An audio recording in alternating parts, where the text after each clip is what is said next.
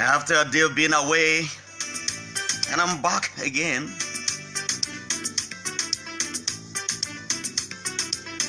With a clean bill of health.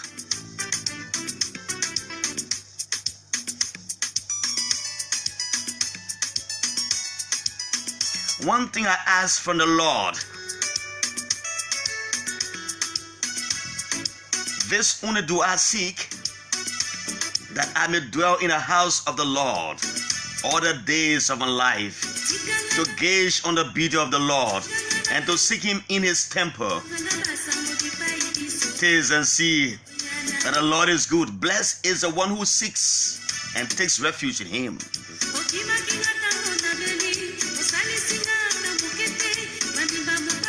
A friend loves at all times, and a brother is born for a time of adversity.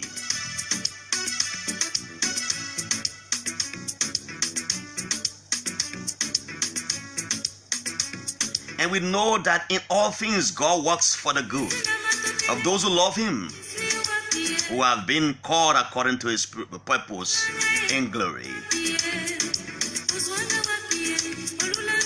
What then shall we say in response to those things? If God is for us, who can be against us, my people? If God is for us, who can be against us? Absolutely no one. And thanks for joining us. Those of you who asked of me yesterday, I know you're concerned. Thanks to Julius who sat here yesterday, and Jallah who controlled the video. Thanks. I mean, fast. Let me see. Julius is joining very shortly. He's attending to some things outside there. He'll come in right now. You see Julius. You see him live right here. And I'm Francois. Good morning to you. And it promises to be a very big day. Lots of things happening. A lot of trending issues are always on our microphone. Good things are happening. We'll talk about the good. We'll relate the bad, and together we can make it better. And that is why I always say in my chapter, Jallah, Grayfield, chapter 1, verse 1. Let's talk and talk and talk, never shall we fight. Fighting is not our portion. Liberia experienced 14 years of civil crisis. We slaughtered each other. Many of our friends were displaced.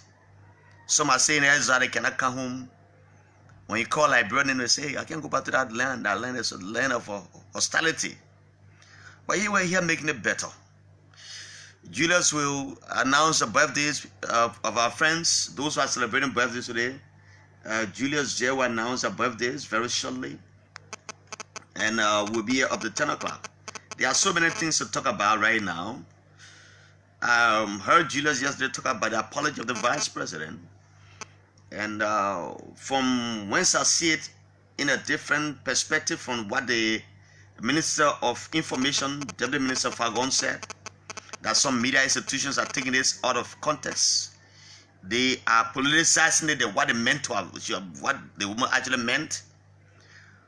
We're delving out of those issues, and then at 8:15 we'll take the papers. So we'll bring you the list of our guests, but so many things happen. Let's talk to our sponsor. We have many sponsors, so let's take our sponsor's message. When we shall come back, we'll go straight to the trending issues of the day. And so, let's get this going right now.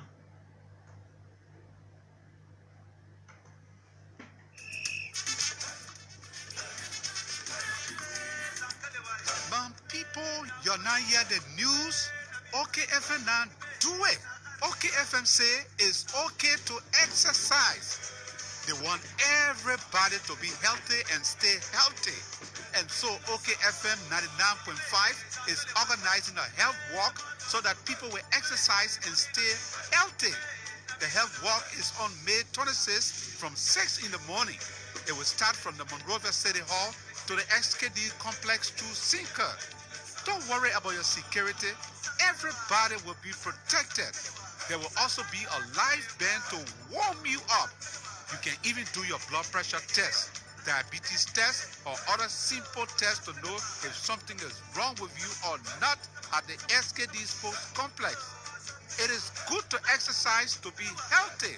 So join OKFM on Saturday, May 26th, 6 in the morning from the Monrovia City Hall to the SKD Sports Complex for OKFM's Health Walk. My people, your health, that your wealth. Yeah.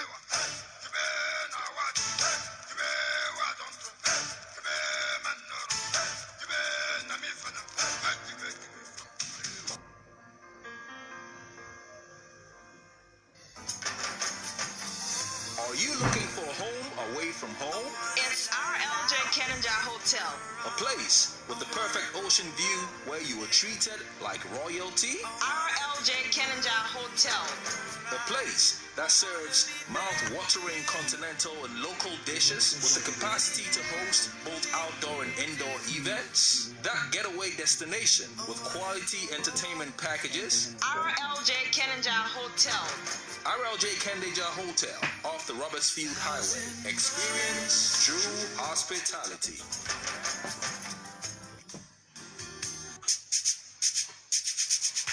I say, Marco, why you just shining? Looking nice in your business, just booming like this. Paco, you not hear the news? What kind of news? You really sleep in a pub or crawfish, yeah? Lay it on me because from today I don't want to sleep like pub or crawfish. You bought the girl one company in the called the Liberian Enterprise Development Finance Company, or LEFIC for short. This company is here to help business people they move. Wait, what now? Helping you by giving you loans to improve your business. LEFIC is the only Liberian company that is not a bank. But was established in 2007 and was certificated by the Central Bank of Liberia to help businesses and corporate institutions with 51% Liberian ownership with loan. But I say, my girl, what should I do now to get loan from LEFIC? You bought to get loan from LEFIC, your business or institution must be a registered one with at least 51% Liberian ownership. Must be able and should have experience management and must plan to create jobs with loan profits. LEFIC can work with our customers to decide the proper loan size according to their unique needs and repayment ability. But look at it, girl. I meet all that requirement. Now, Tell me more. LEFIC can give loans from $10,000 United States dollars to $1 million United States dollars. But where can I find them? Where they located? They're right in Congo Town, Tottenham Boulevard, opposite the SOS Clinic. Or you can call 0770-788-952 or 0888-514-424 for more information. I'm running there right now. LEFIC, I come here.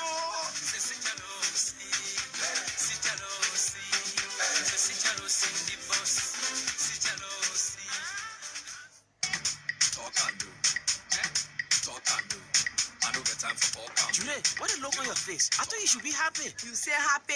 Man, dear, no people I came out printing work to do for my wedding. Ever since they just can't get that work done, I'm so worried right now. Julius, that thing is now a problem. Their country is not looking the way it used to be before. Let me tell you, Vision Print is in town to solve all these kind of worries, yeah? Vision Print is the most credible printing press right now in town. At Vision Print, the people have professionals that can handle any kind of printing job. One of the good things about Vision Print is that the people can pre-finance your project. Like, seriously?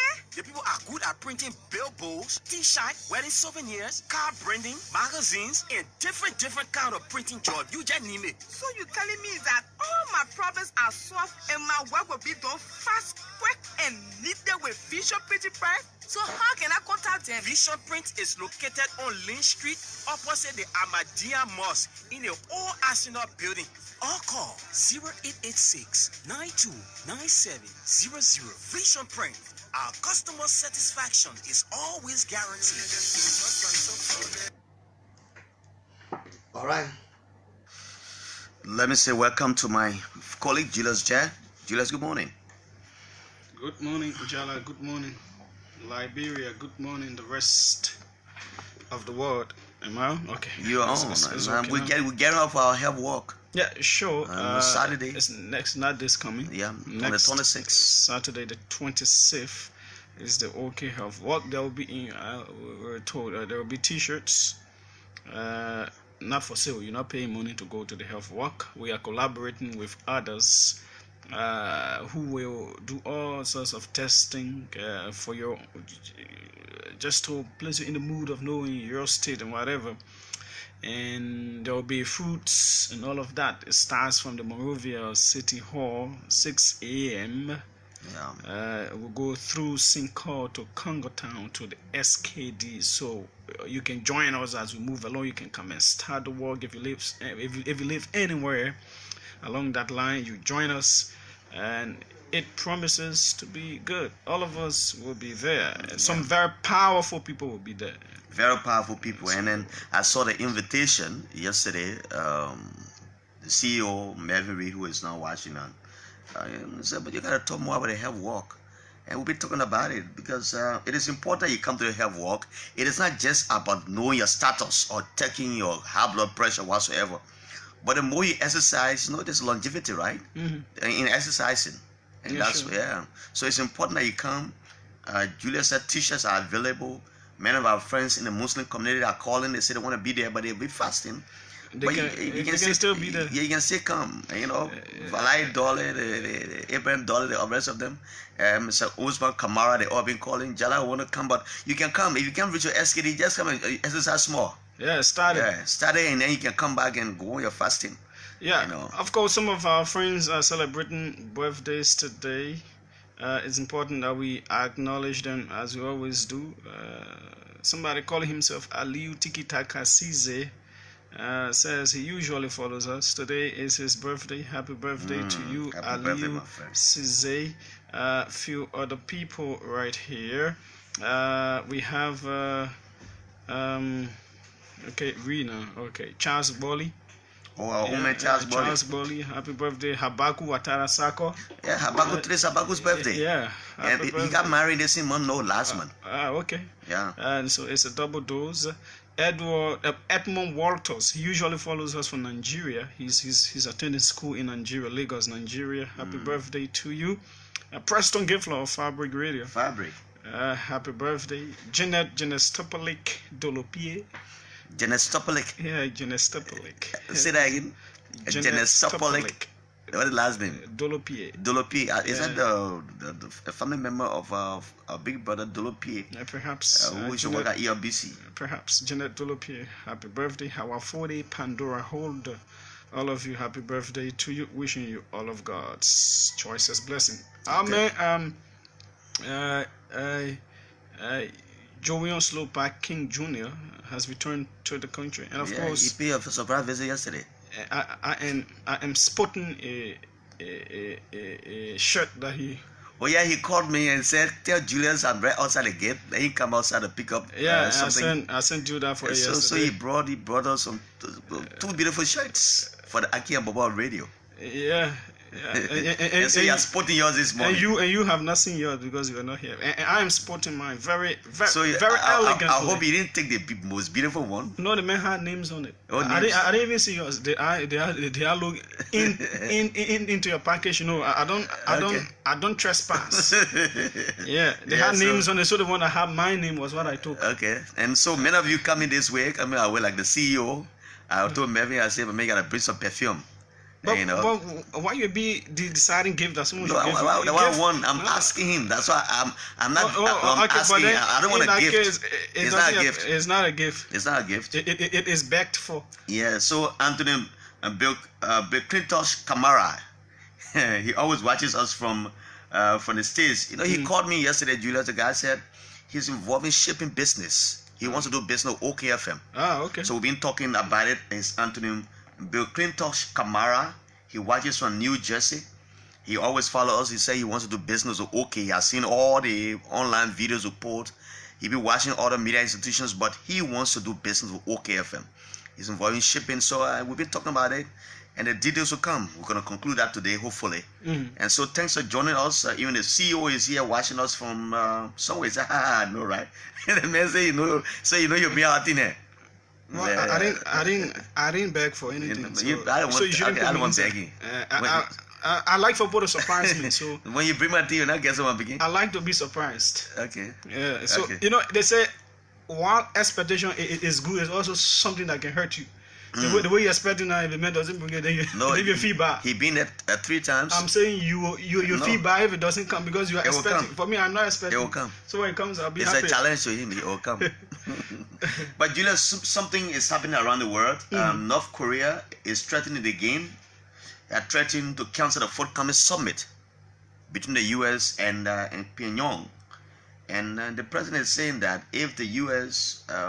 Continue to push Pyongyang into unilaterally giving up its nuclear weapon deal, it will cancel the summit. Yeah, there's this issue about the United States of America and South Korea doing their usual military drills along the borders with North Korea. And South Korea feels North Korea feels that because they have taught their own mood, because their mood towards the West has taught, and they have made some concessions already going into the talks with U.S. President Donald Trump. It is unthinkable that the U.S. and South Korea can still be having those military drills, which they feel are provocative. The fact that everybody is lessening tension, they feel that the military drill should not go ahead. And not just that, it is also about Security Advisor John Bolton's comments made talking about North Korea should denuclearize like Libya and Iraq. And they not feel that the fact that those two regimes, after doing that years later, broke down. They cannot be comparing their denuclearization with what took place in Libya and Iraq. So for them, those comments by the Security Advisor John Bolton are squarely provocative. So they are warning President Trump that we could cancel this meeting. If and President Trump really looks forward to that. It's something that he wants to do. He wants to. The provocation you talk about from the Security Advisor. But before then, Pompeo was in Pyongyang, right? He has long time negotiated this talk with the government of the North Korea. But if it sounds like a provocation from the Security Advisor to Trump, which has led to Pyongyang making this threatening to cancel this talk between Donald Trump and that young man who has been a threat to some people in that area, then it becomes worrisome, Julius. Because if Pyongyang is saying I will pull up or I will not listen to Washington on this matter based on comments coming from the Security Advisor, and the drills that are taking place between of course South Korea and America. They feel that those moves are provocative. But of course, anyway, at 9 o'clock, the War Crimes Court people, two of the major advocates, Phoebe Herrings and Franklin Wise, will join us. We have very serious issues to talk about. We are placing. We started a series yesterday looking at critical sectors of our country. We started with education, and we'll continue with health today. Today we'll look at health and education gained some real interest on yesterday, and we showed health. And I was like, I mean, our monitoring. And try to place your call to I deliberately decided I was not going to answer you. Yeah, it was up to you. But someone said something that really touched me. And the guy said sometimes the school authorities are responsible for some of the things that happen. The teacher gives a test and everybody failed the test. Maybe 3-4% pass. He submits his grade to the administration. The administration say, why all the students fail? Why they all fail? Well, it is not wrong for administration to ask in that case, because if you're a teacher who taught and more than half of your class, so then you, the teacher, fail. You fail. So it means that you should re-examine yourself. You re-examine yourself. So, but you cannot even coerce a teacher to change his grades, because you can't. You can't coerce. You shouldn't. You just ask him why it will happen that way. Yeah. And so I was trying to give an example of a University of Liberia, but I will not sit down on this microphone right now. So let's leave it that way. What are the trending issues first talking about? Yeah, and that will be part of help. So we just leave that. But one of the trending issues is the threat to from the Ministry of Commerce and the minister Wilson Tape talked about approximately 500 water companies, and about 150 of them are registered in this little country. 500 water companies. So many, most of them unregistered, unknown. And if that is happening in Monserrado, not just nationwide. Yeah, nationwide. But then I'll be thinking about the one between Plivo and River G and Maryland County. There's a water company there. So if those who are in Monrovia cannot register, how about the one away in our county? And some of them in the counties. Anyway, it will also be part of the health issue, because all of those things, they have. So then on Capitol Hill, the budget is there, and budget defense and people going to will be cited. Various entities will be cited at the legislature to defend their budgets and all of that. So we expect that. People will adequately defend the budget, as we also do our best to push the finance ministry people so that we can have the finance minister here. Yeah, we're working on that. And Julius, the good thing about it is that the budget was submitted on time, and lines, ministries, and agencies have been invited to defend their budget. And one thing that in the latter day of our President Salih administration I did not hear was a cross-examination of institutions that were giving money from the budget. A budget performance report. In the 9 minutes of administration, I didn't hear much of that. Because if you were giving money in the last budget for agriculture ministry, maybe $15 million, you must tell us how well did it perform with the $15 million.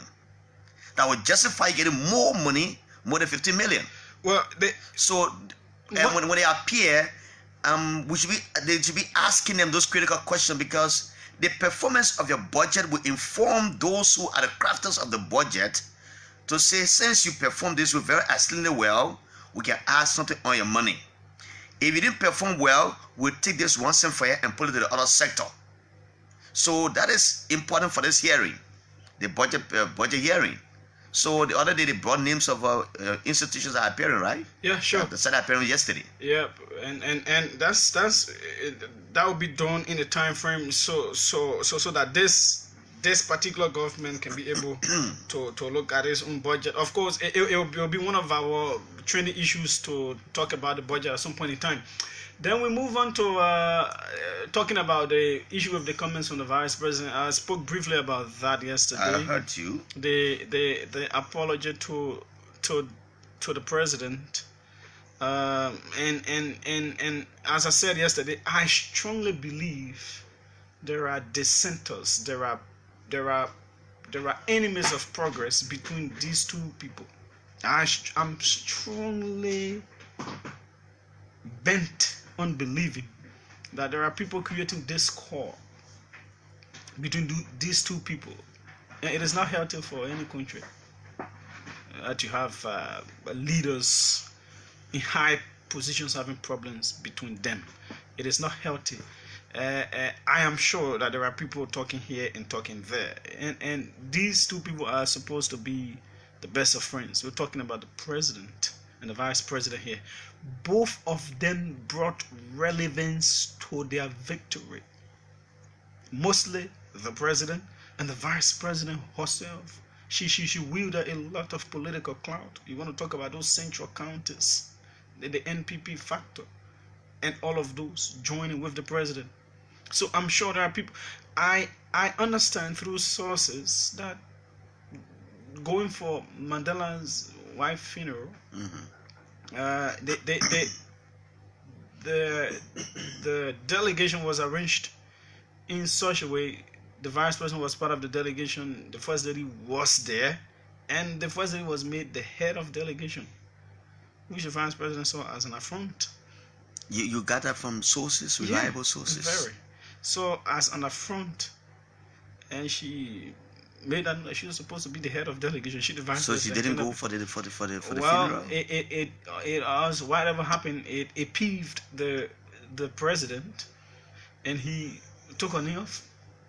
Again, Julius, these are things we. So there are talks here and there, people talking. But if I were the vice president, and such a thing happened, and I know I'm going to perform a major function in that country, I will go on the trip and make a representation to the president on my dissenting opinion on the matter.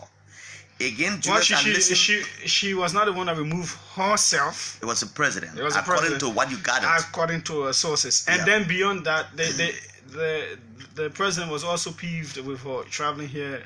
And yeah, then, but and she said that she thought she was still a senator, and then where she just board the plane and go where she wants to go, even though it was government spending those monies while going on an official trip.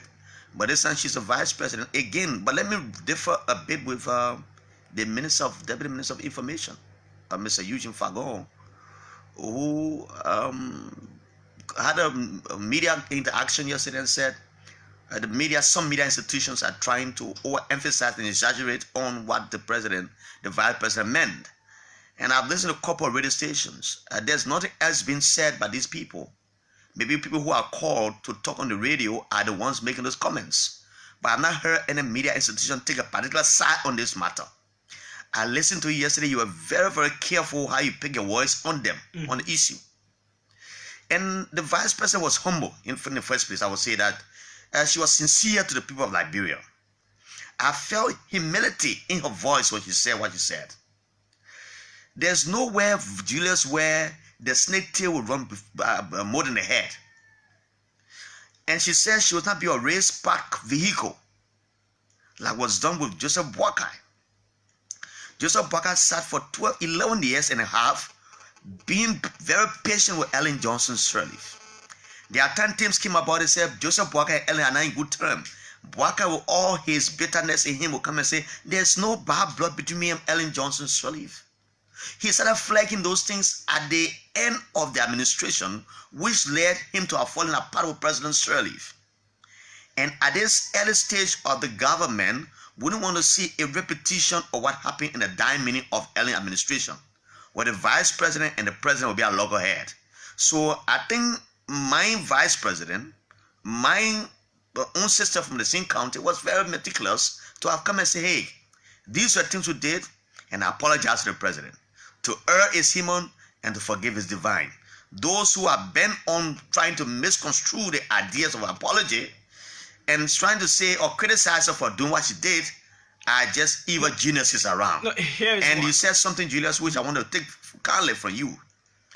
I still want to believe that there are people who take information from one place to the other, trying to give that to the president. And we need to be careful with these kind of people.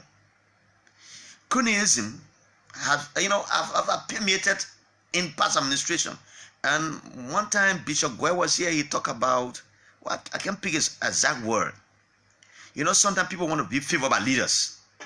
So the more they talk to the leader about the other people, the more the leader will love them.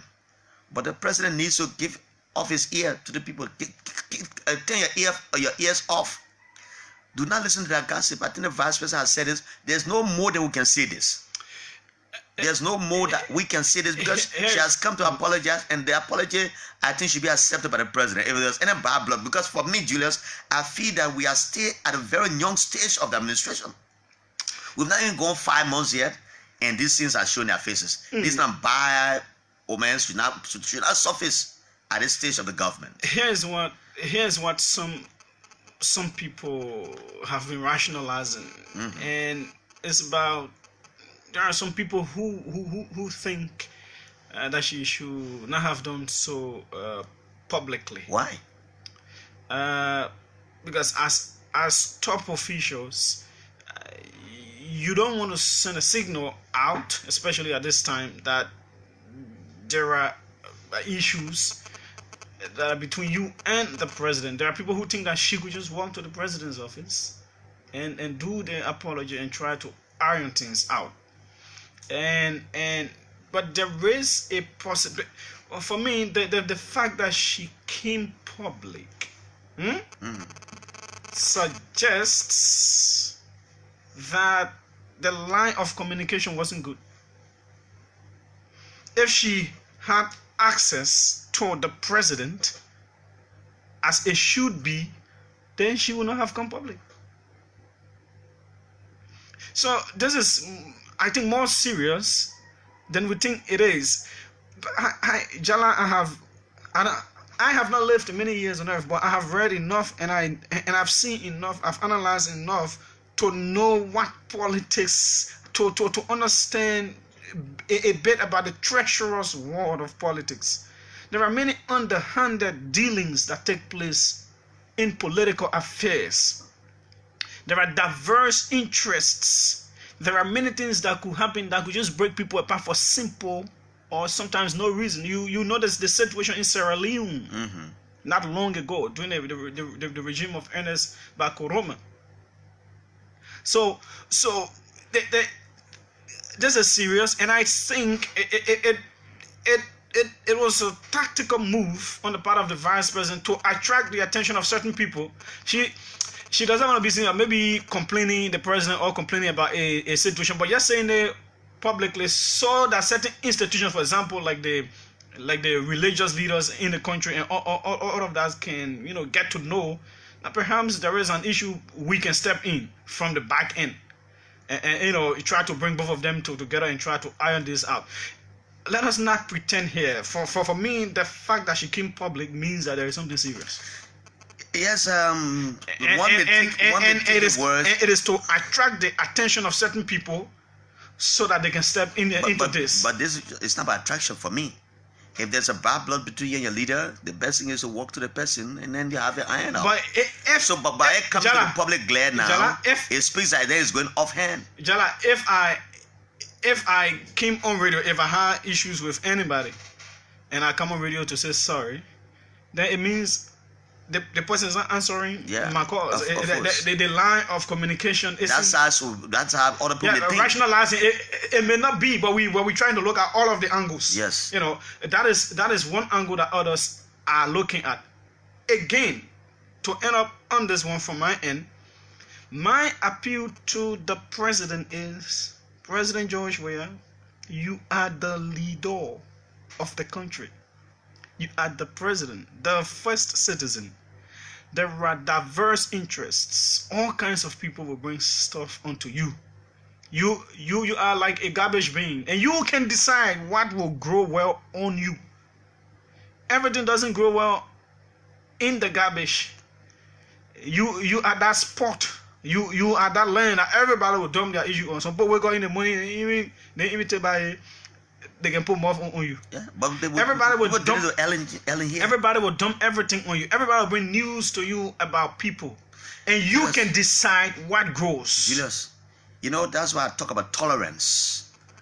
If I've not seen many presidents, but the president like Ellen Johnson Sirleaf I saw here, even though I did not admire her very well as a leader, the tolerance that she brought to the presidency is a tolerance I want. Ambassador, we have to cultivate as a president.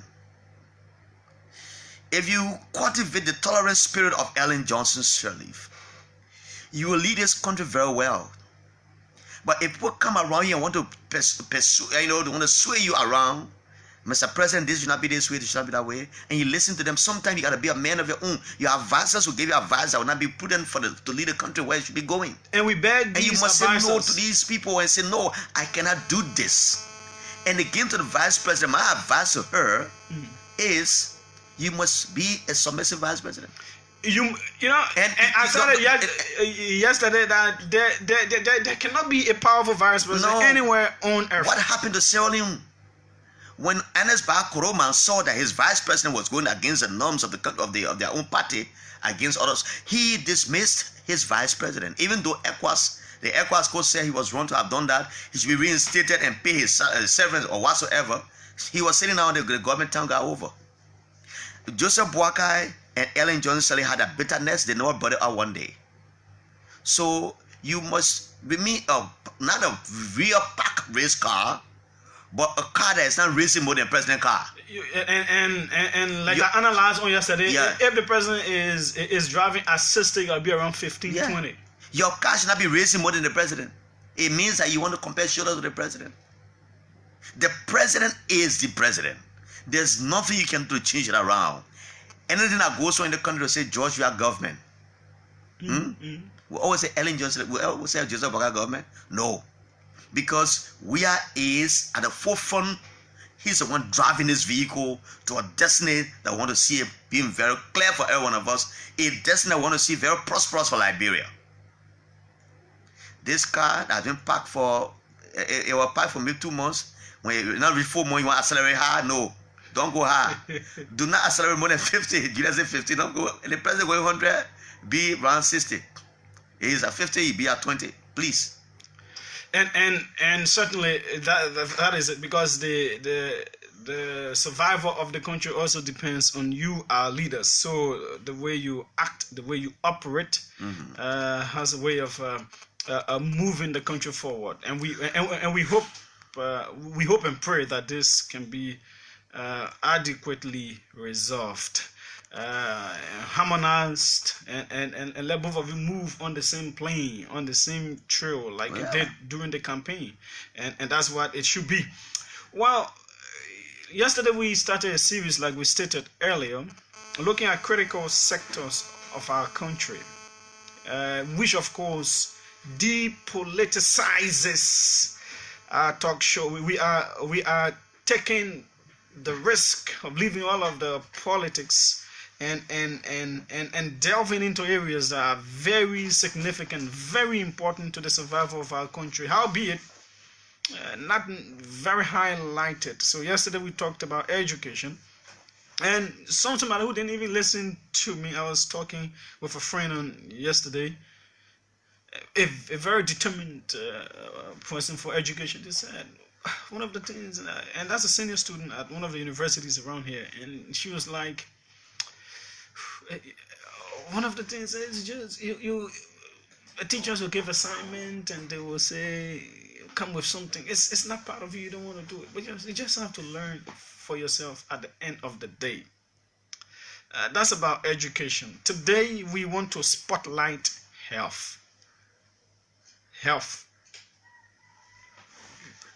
The wellness of the human being. And any society that should progress should also be a healthy society. You cannot have a society of sick people, people who cannot live long, diseases all over the place, and there are not means of curtailing them. And you think that society can really move forward. So health is very significant for the survival of our country. And so, because of the social contract theory between the governors and the governed, the governors charged themselves and were charged with the responsibility of bringing about what we call the Ministry of Health. And so to oversee and regulate health issues in the country. Fast forward down the line, we have experienced crises of health.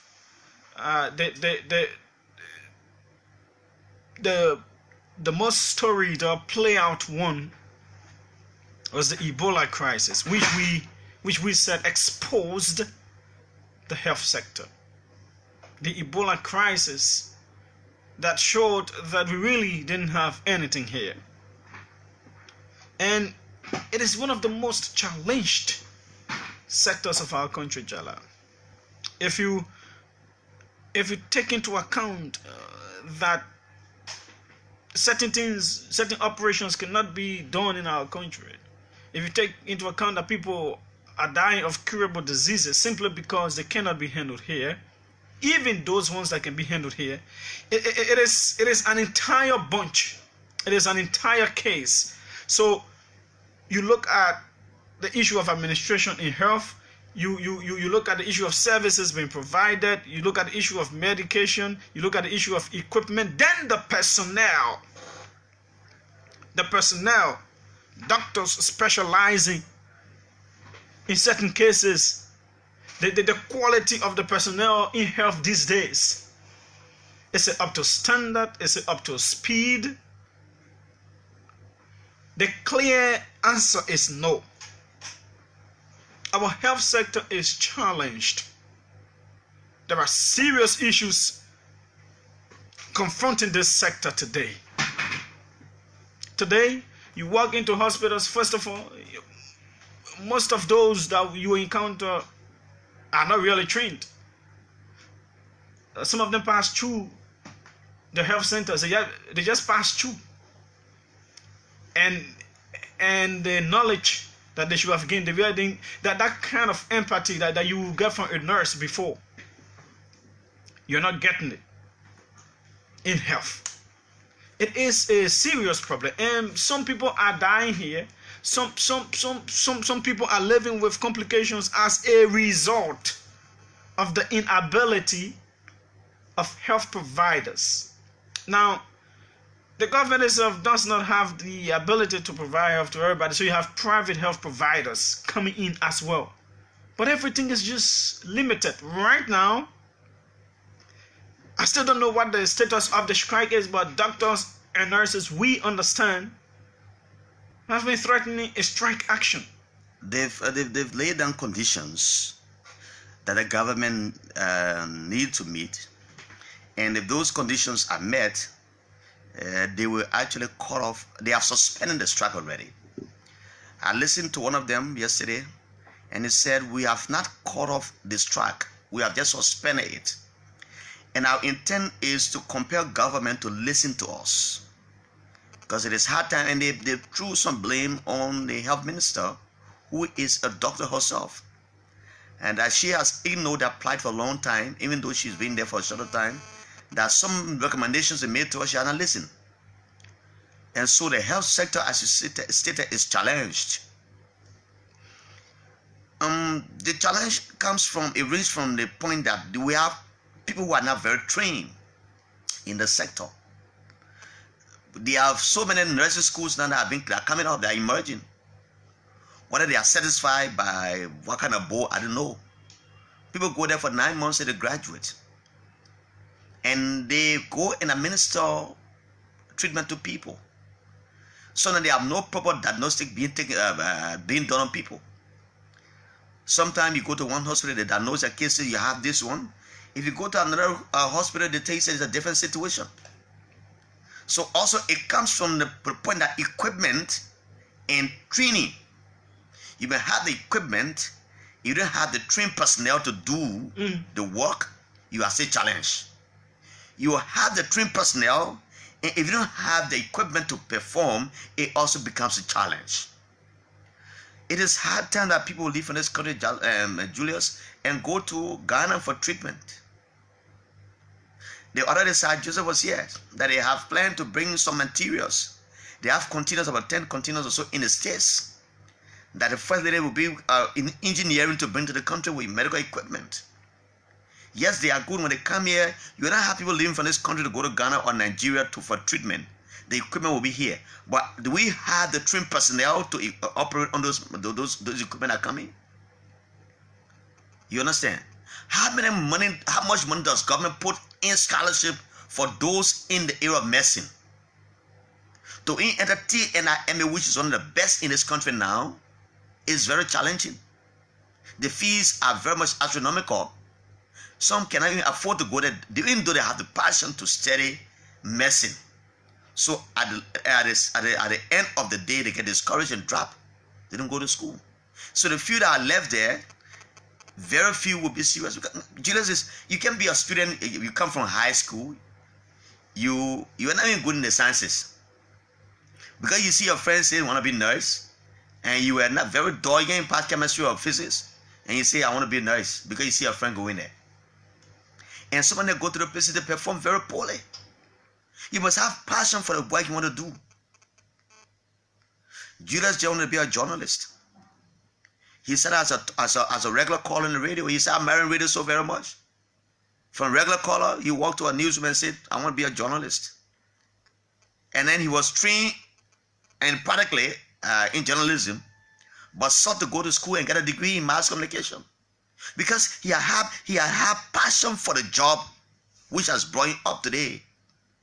He's recognized as a journalist because he had a passion from the beginning. You can't say you want to be a nurse, you go to a school, you get school 45 in physics. Then you say you want to be a nurse. You're not good in sciences. It is a biology. You're just wasting your time. So the sector is challenged. The health ministry, I heard that they had a donation from some kind of group of vehicles. there are health facilities in the rural parts of the country where we're not following. Last year, somebody judge was said that they want to build nurses' quarters in those counties. How many of these nurses here are willing to take assignment in the rural parts of the country?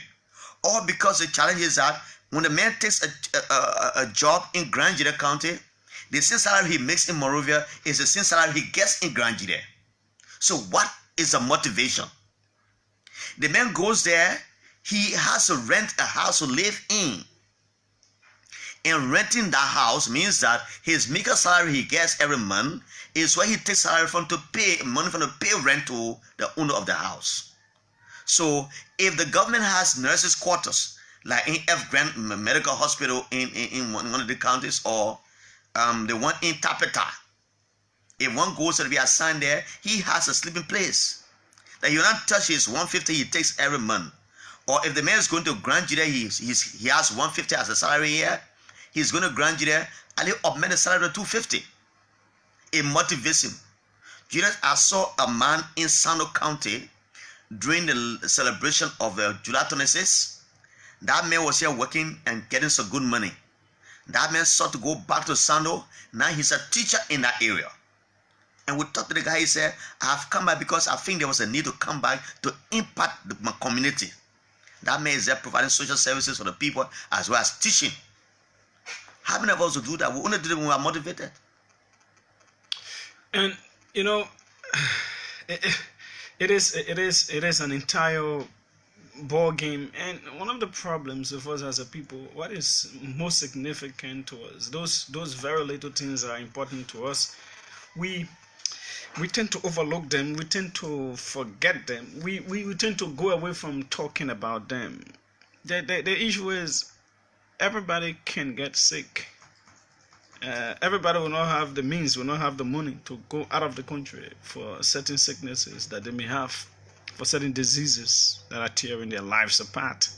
And that is why it is important that the health sector is equipped, because most of those that fall sick with curable diseases, because there are lifestyle diseases as well, but with curable diseases are poor people. Now, one of the Somebody George will get to you. I think he's interested in the discussion. One of the one of the weaknesses of the health sector is preventive health care. That you prevent a disease from now occurring. Yeah. There are certain countries that you don't hear about malaria. And it is one of the killer diseases here. It kills a whole lot of poor people's children. It is faster killing than Ebola. And the reason is simple: preventive. Malaria is something that can be prevented. Once you don't get contact with mosquitoes, once mosquito doesn't bite you, you will not get malaria. You want to talk about the typhoid and all these other diseases, rats, rodents. Look what is happening in Maghibie County. Yeah, we are going to come to that. 80% have been on monitoring. They are being monitored because of Lassa fever. fever. And Lassa fever is caused by rats. By rats. So the issue of prevention is also important, especially for these tropical diseases, these preventable diseases. You know, the reason they are tearing our people apart and killing them is because the prevention mechanism is also very poor. So government doesn't have the ability to spray the city like the way they would do in other countries. Spray the city for mosquito telephone, on the other side to the on the other side they spray it, blah blah blah. They do it over and over, and so you find out there is not mosquito there. And once you have a way of doing away with mosquito, then you cannot get malaria. And similarly with other diseases. Now the issue it also points to pollution in our communities, Julius. It will have a huge stop our diet in the areas like in Red Light. Yeah, it's not just a commercial district, but there's a huge part of diet in all parts of Red Light. Now on the RI highway, Julius, have you been on RI of recent? The guys are dumping diet on the road. That's an international highway, and people living all around there. Right here on Broad Street, Julius, just around Ambassador George, we have former store. The guys who eat their palm butter in their homes, They come and dump. I saw the thing right on Benson Street. I gave up that morning. So mosquitoes coming to bite our people, it cause problem for us, all because the way we treat ourselves. Pollution all over the place, and the mosquitoes feed on these things. Yeah. They'll breed on it at the end. Rats. They come and bite you. This is why this entire town is infested with rats and mosquitoes, and I really don't understand. Sometimes there are collection points placed in communities, and they know them, and they know them. Oh, they place the dirt into the bag, into the empty bag, and they dispose it off in the streets. When you have place to dispose those dirt, that will lead the MCC or the PCC to come and pick them up and dispose it off to one town. But yet you dispose of those things right before your house, and it comes from your house. It's right before your house. The mosquitoes come, they live there, they breathe on them. The flies come and sit on them. When you are eating, they sit on your food, you eat it and get sick. So the health ministry has a huge challenge, but we ourselves can help the ministry to address these problems. And that's where the preventive measures, and that's why it is important. Jallah, I live in an area where there is a disposal site for dirt, but sadly enough, right in front of our fence, right in front of our own of house, is where the community dwellers in the night will bring the dirt and then dump it. And you have that garbage pen sitting there. We have done everything possible to block that place, and it is just 1 minute to walk from there to where the dirt is supposed to be disposed of. 1 minute, not perhaps even less than 1 minute, but to just go up a little bit, and put the dirt there. No, they don't do it. So we ourselves, we happen to make ourselves sick. And we who are getting these kind of deadly diseases that are preventable, we are the poor people. So the side of prevention is also very important. Now you want to talk about Lassa fever people being monitored. Rats are the ones spreading it. We have a serious challenge here. We don't even have a good healthcare system. You know, where if you don't have money, you can access real free medical care. We don't have those kinds of systems operating. Despite how poor Cuba is, Cuba has the ability of sending doctors throughout this globe to any country because they have prioritized health and education. Yeah, they have made them the two topmost priorities. So people in Cuba get free medical care at even the highest level. In fact, there are countries that can ask Cuba for doctors, very professionally trained people. Yeah, because they have placed significance. The argument of the populist movement of Fidel Castro and later on Raúl Castro is that health and education are rights of the people that they must enjoy. Yeah, the rights of the people to enjoy. Again, Julius, coming back to this issue, we can say all of these things about the sector we are challenged, but again, I will put the blame on us as well. The environmental protection agents, for example, should be one of those that be looking at the sector very critically. It cannot be left with the health ministry alone or the Moral Resident Corporation to dispose of that. You understand? You talk about your house, Julius. You have a dead pen that is just placed before your house, but the guys leave the pen and come and dump the dirt before your house, before your fence. So the EPA has a work to do in this pollution thing. There are areas you go, Julius, the guys, a very huge dump site. They put fire in a dump site. It pollutes the entire place. Huge smoke will start coming from that place for the whole week.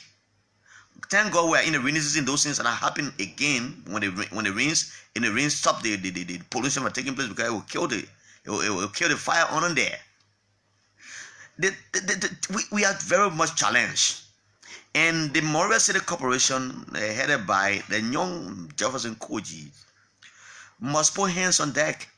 You must not give up to levy fine on people. Levy fine. Municipal taxes should be levied on people who violate the municipal laws of our country. If the Ministry of Health will succeed in doing these things, we ourselves have to help the ministry. This country, the ministry budget, yes, is to be a huge one. We get some support from international partners. You know, health and education receive a lot of donor funding, right? And aside from all other ministries. So they gotta look into this thing. Like in what the country name? In my GB right now, we are talking about Lassa fever, where 80% have been monitored. So are there preventive measures that have been taken to curtail this? But one of our followers, Julius, has posted something here. Somebody George will get to you. We know you are eager to talk about this situation because we mentioned you earlier about the nurses' quarter. But this is why Anthony Bill Clinton's Camara is saying in this on our Facebook page. It is very important. He said the health sector is seriously challenged. But I would like for us to look at environmental pollution and sanitation. Montserrat, as the most populated county, is polarized by industrial companies that are causing air pollution, hazard, and epidemic 60%. He comes down to right. I will not go to the other one. He said, currently I live in a city in the U.S., Newark, that will go further what he said in the earlier post. He said waste, okay, are causing, air pollution, hazard, and epidemic 60%. Commercial entities using private generators causing combustion, smoke, waste, and toxic from other companies or in cities. Look at Simenko, the garbage recycling factory, etc. Moreover, government isn't prioritizing health care delivery system because of the corruption. Ourselves had to help ourselves. We cannot put everything at the feet of the government. You take the dirt from your house, you put it on the road because you say it's a government. But that's how it looks like. We'll take a break and then we'll come back.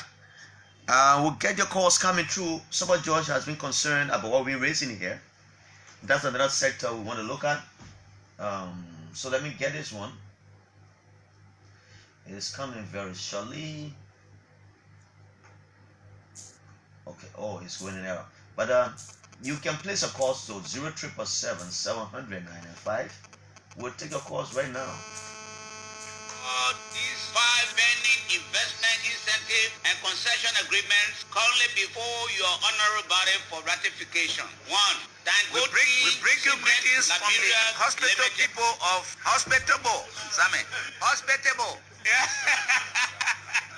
I'm sorry. We bring you greetings from the hospital people.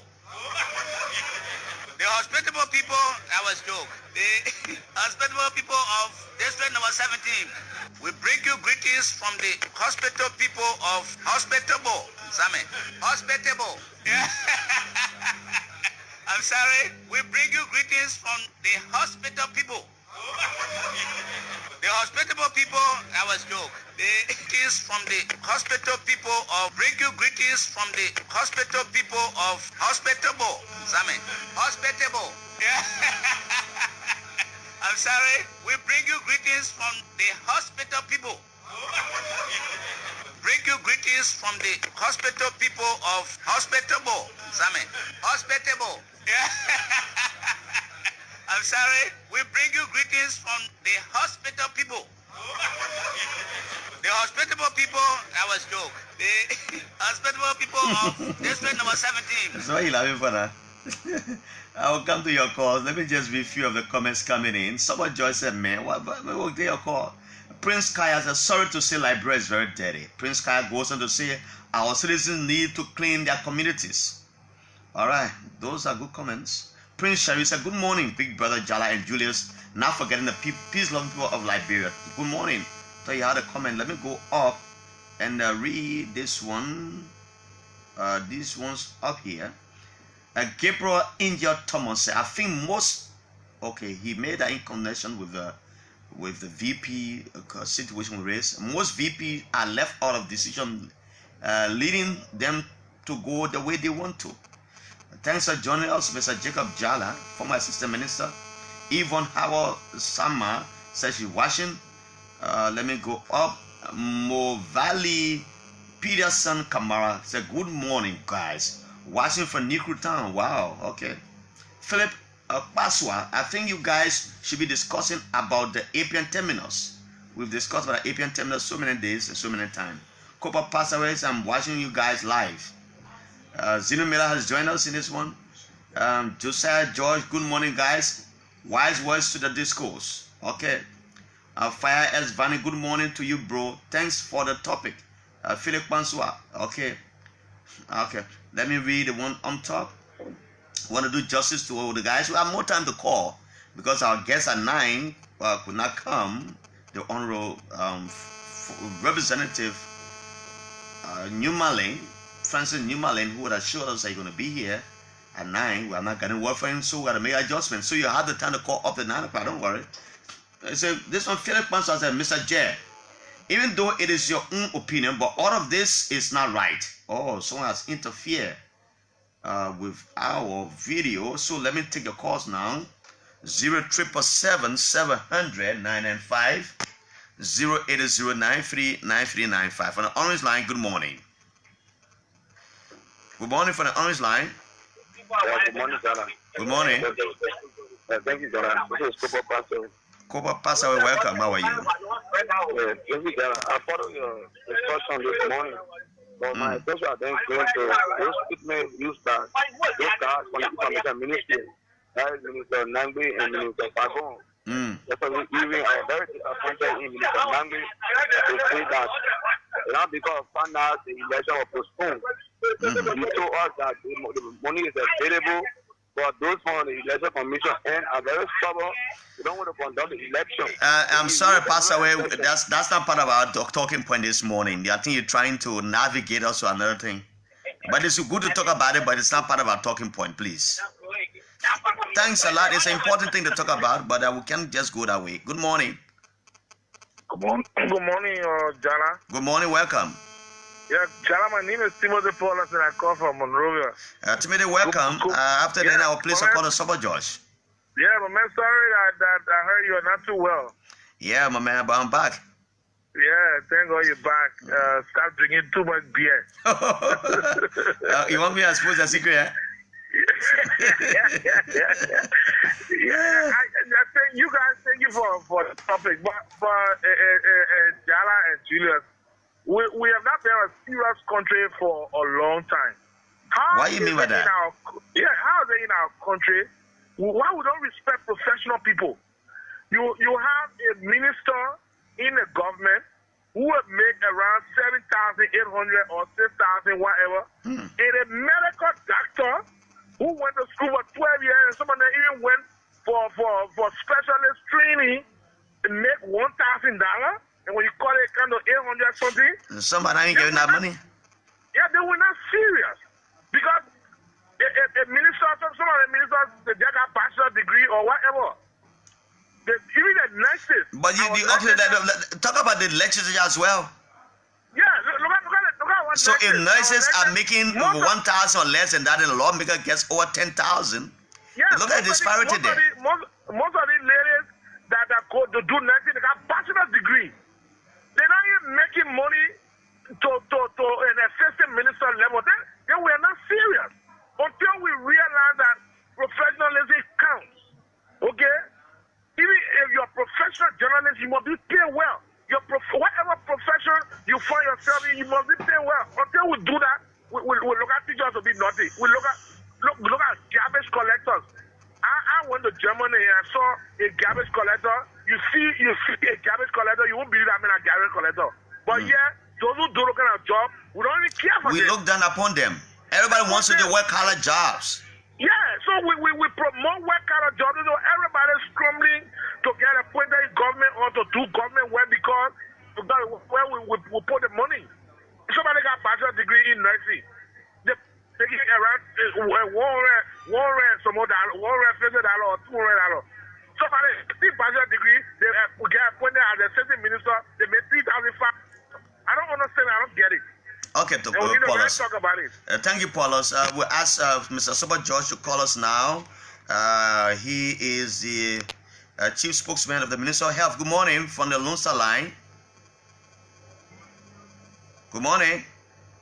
Morning, this is Joseph Fogba calling from Nashville. Joseph Fogba, welcome. Thank you. Mr. Jallah, our very self-Liberian, very dirty. Can you imagine from Grayfield supermarket into Jefferson market, the people that are around our community, they're very dirty. They sit down in their community, they give those dirt to those children, they can't drop it right in the floor corner, so in the city mayor will clean it. Yeah. I wish I could when those mosquitoes move from to those places and go buy children. But for the something happens to them, they say, oh, the government not working. But we You put the blame everything on government. Yes. We say that we look at everything happening, we don't talk about it. But when something happens, we say the government is working, the government is doing, the government is that. And we have the problem for our own solution.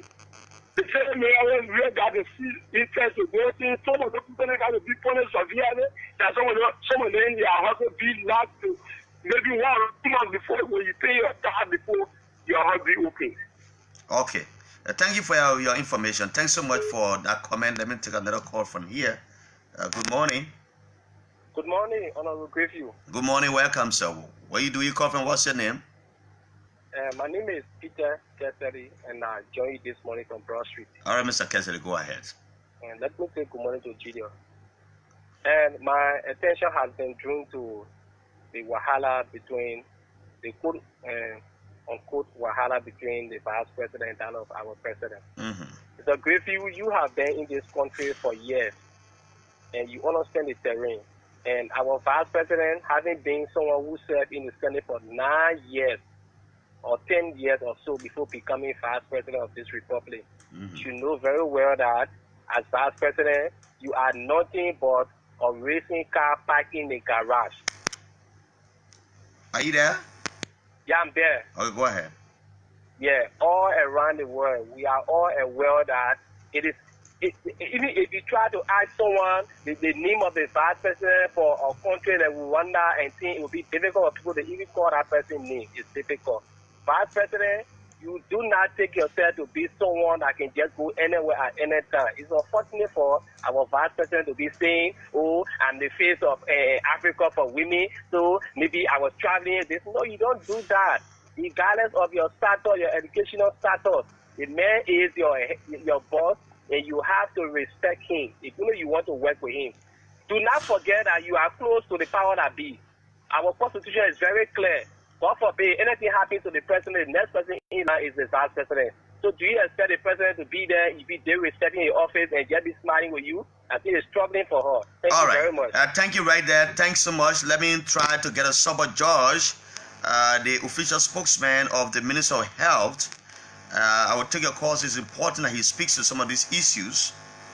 Mr. Segu Fekai, who is also one of the guys at the MCC who has been involved with this kind of work, is also encouraged to call in. Let me see if someone George, if you can call me, that'll be better for me because I'm finding it difficult to get to you. So just place a call right now. I see your comment here. He says, good morning guys, you are speaking very well and I think we need to participate. So please call Mr. Soba George and participate. Let me take a call from the orange line in the meanwhile while I wait your call. Good morning. Good morning, Mr. Grayfield. Charles, my other slogan? Yeah, thank you. This is Charles, my other slogan. Okay, go ahead. How are you? I'm okay, sir. My attention has been drawn to the two topics. The first one has to do with the issue of the vice president. I think the vice president was a mother. She is a mother, and she said it openly. And I just want to appeal court and then urge her not to do that because you live in like I know what the problem came from me in my mind. When the full head of the state left, that is the president, the vice president, the speaker, and the secretary of what they left. I think that would be disservice to us. But quickly, let me go to the sanitation issue. I'm not afraid of anybody get Jallah. If you think around your decade, come to Tony Street. Come to the big Mr. Soba George, just call back and hold the line. I will take you. You don't have to drop it. Just hold it. Yeah, quickly. And my big girl Jallah. You know what the people do to Tony Street? They don't even have a bathroom. They used the bucket in the day, in the night, that are right behind my house. Come. Then I said to people, did you walk and be flying in there? They waste it on the beach. Then we discussing government. We want government to come in. Don't want investors. We have to come and clean the place. Or we the citizens supposed to do it. Come to Tony Street where those who have said Kobo, right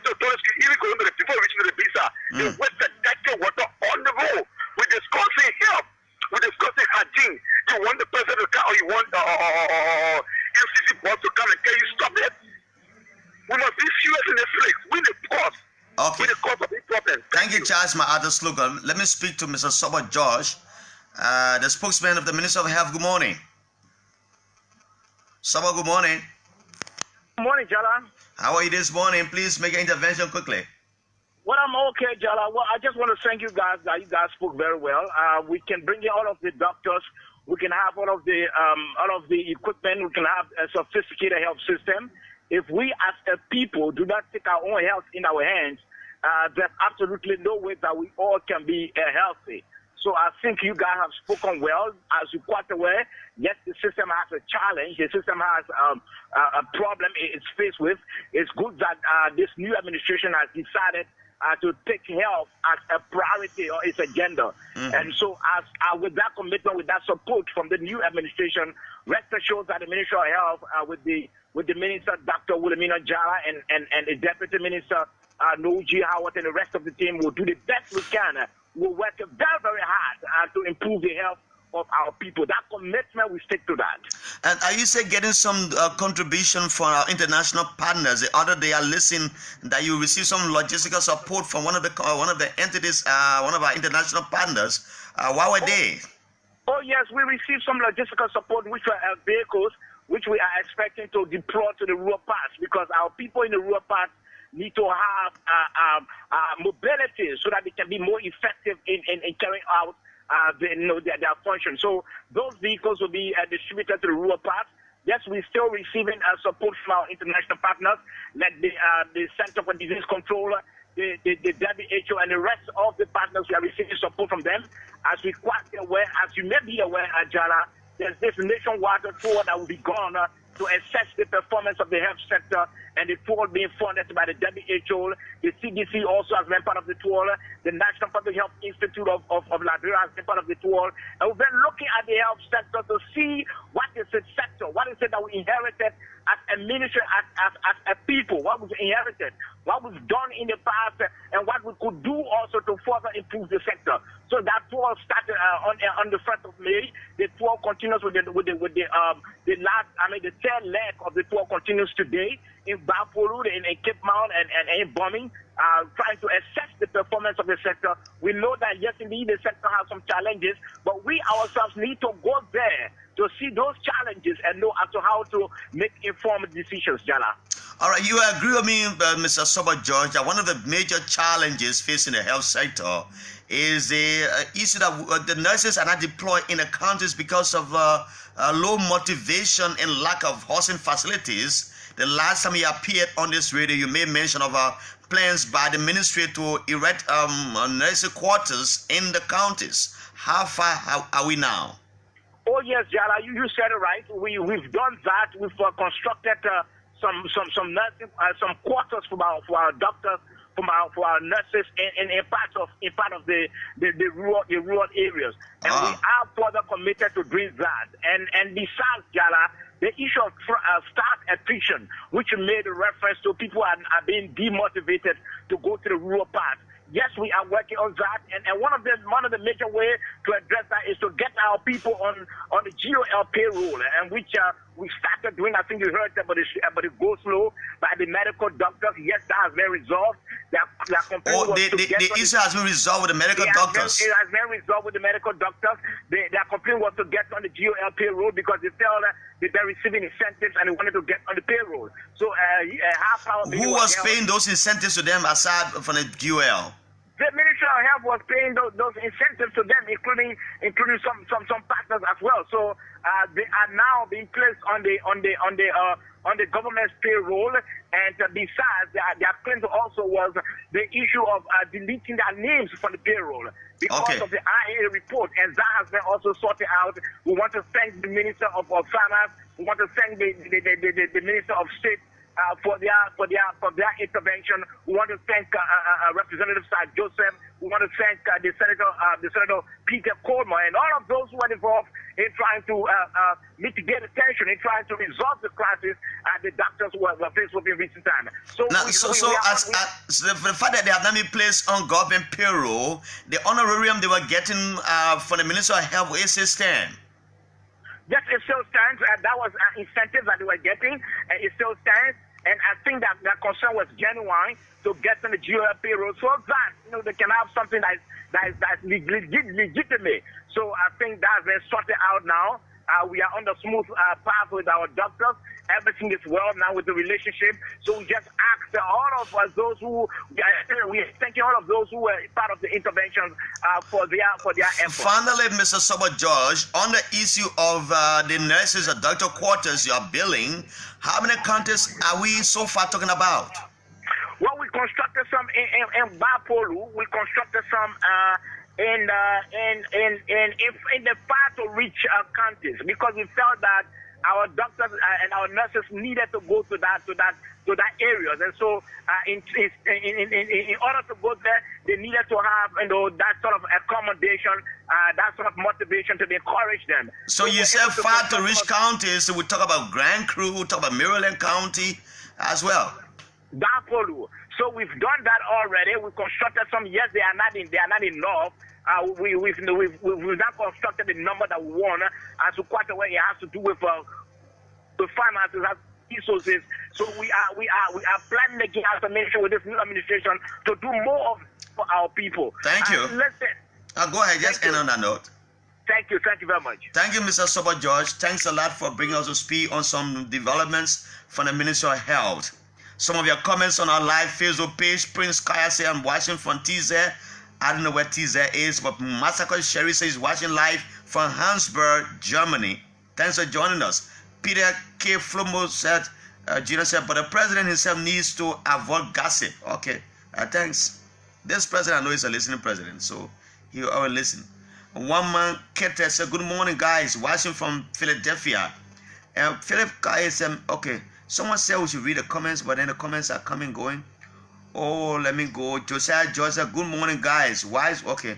Let me go back to the top and start from there.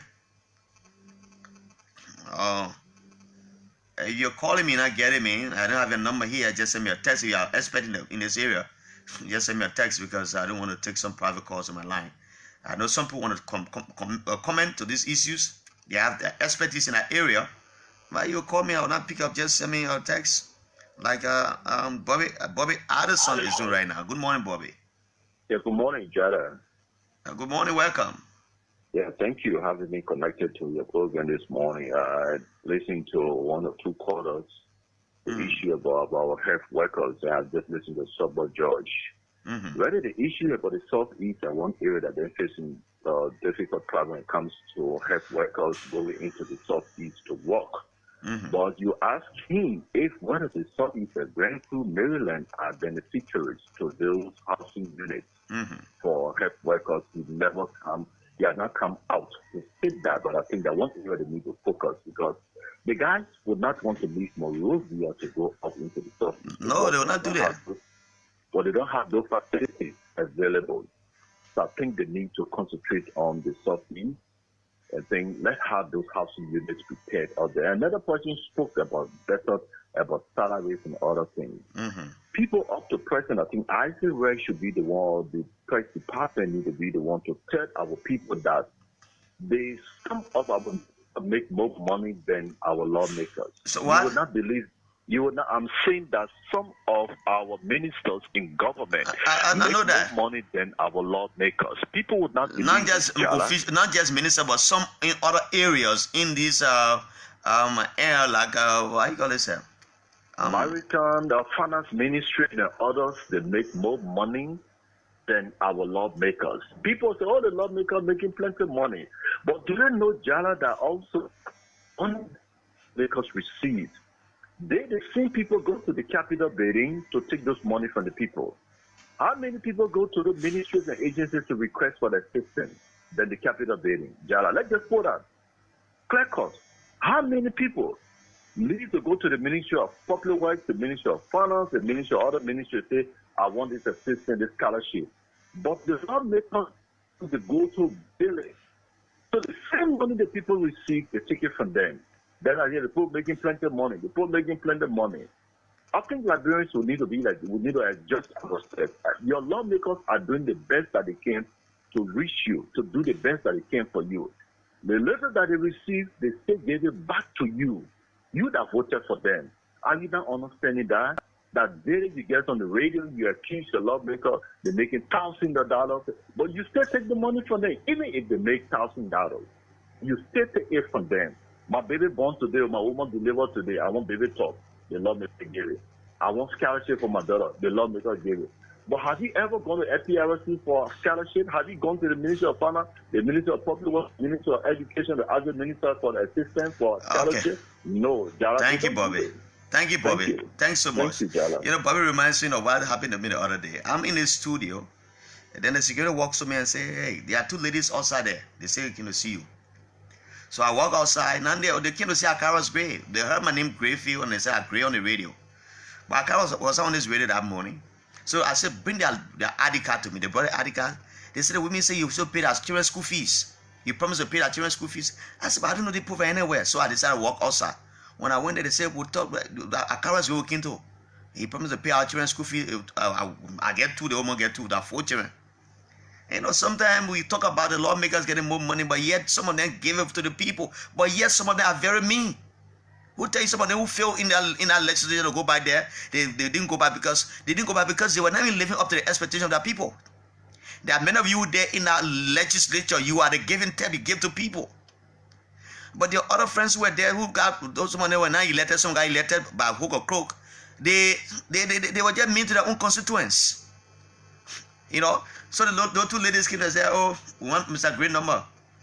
I said, "The man promised you." He said, "I said I'll get a number to them."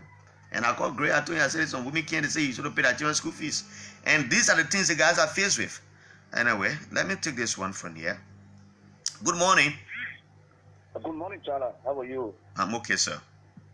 I'd like to be on the program. Let me say thanks to you and Julius for speaking to issues that matter to this nation.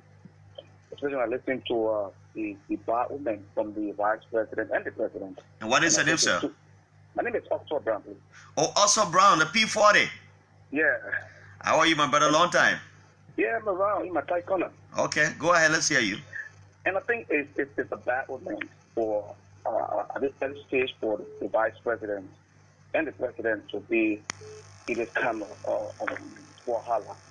But I think the vice president should know very well a seasoned, lawmaker who understands the constitution and government.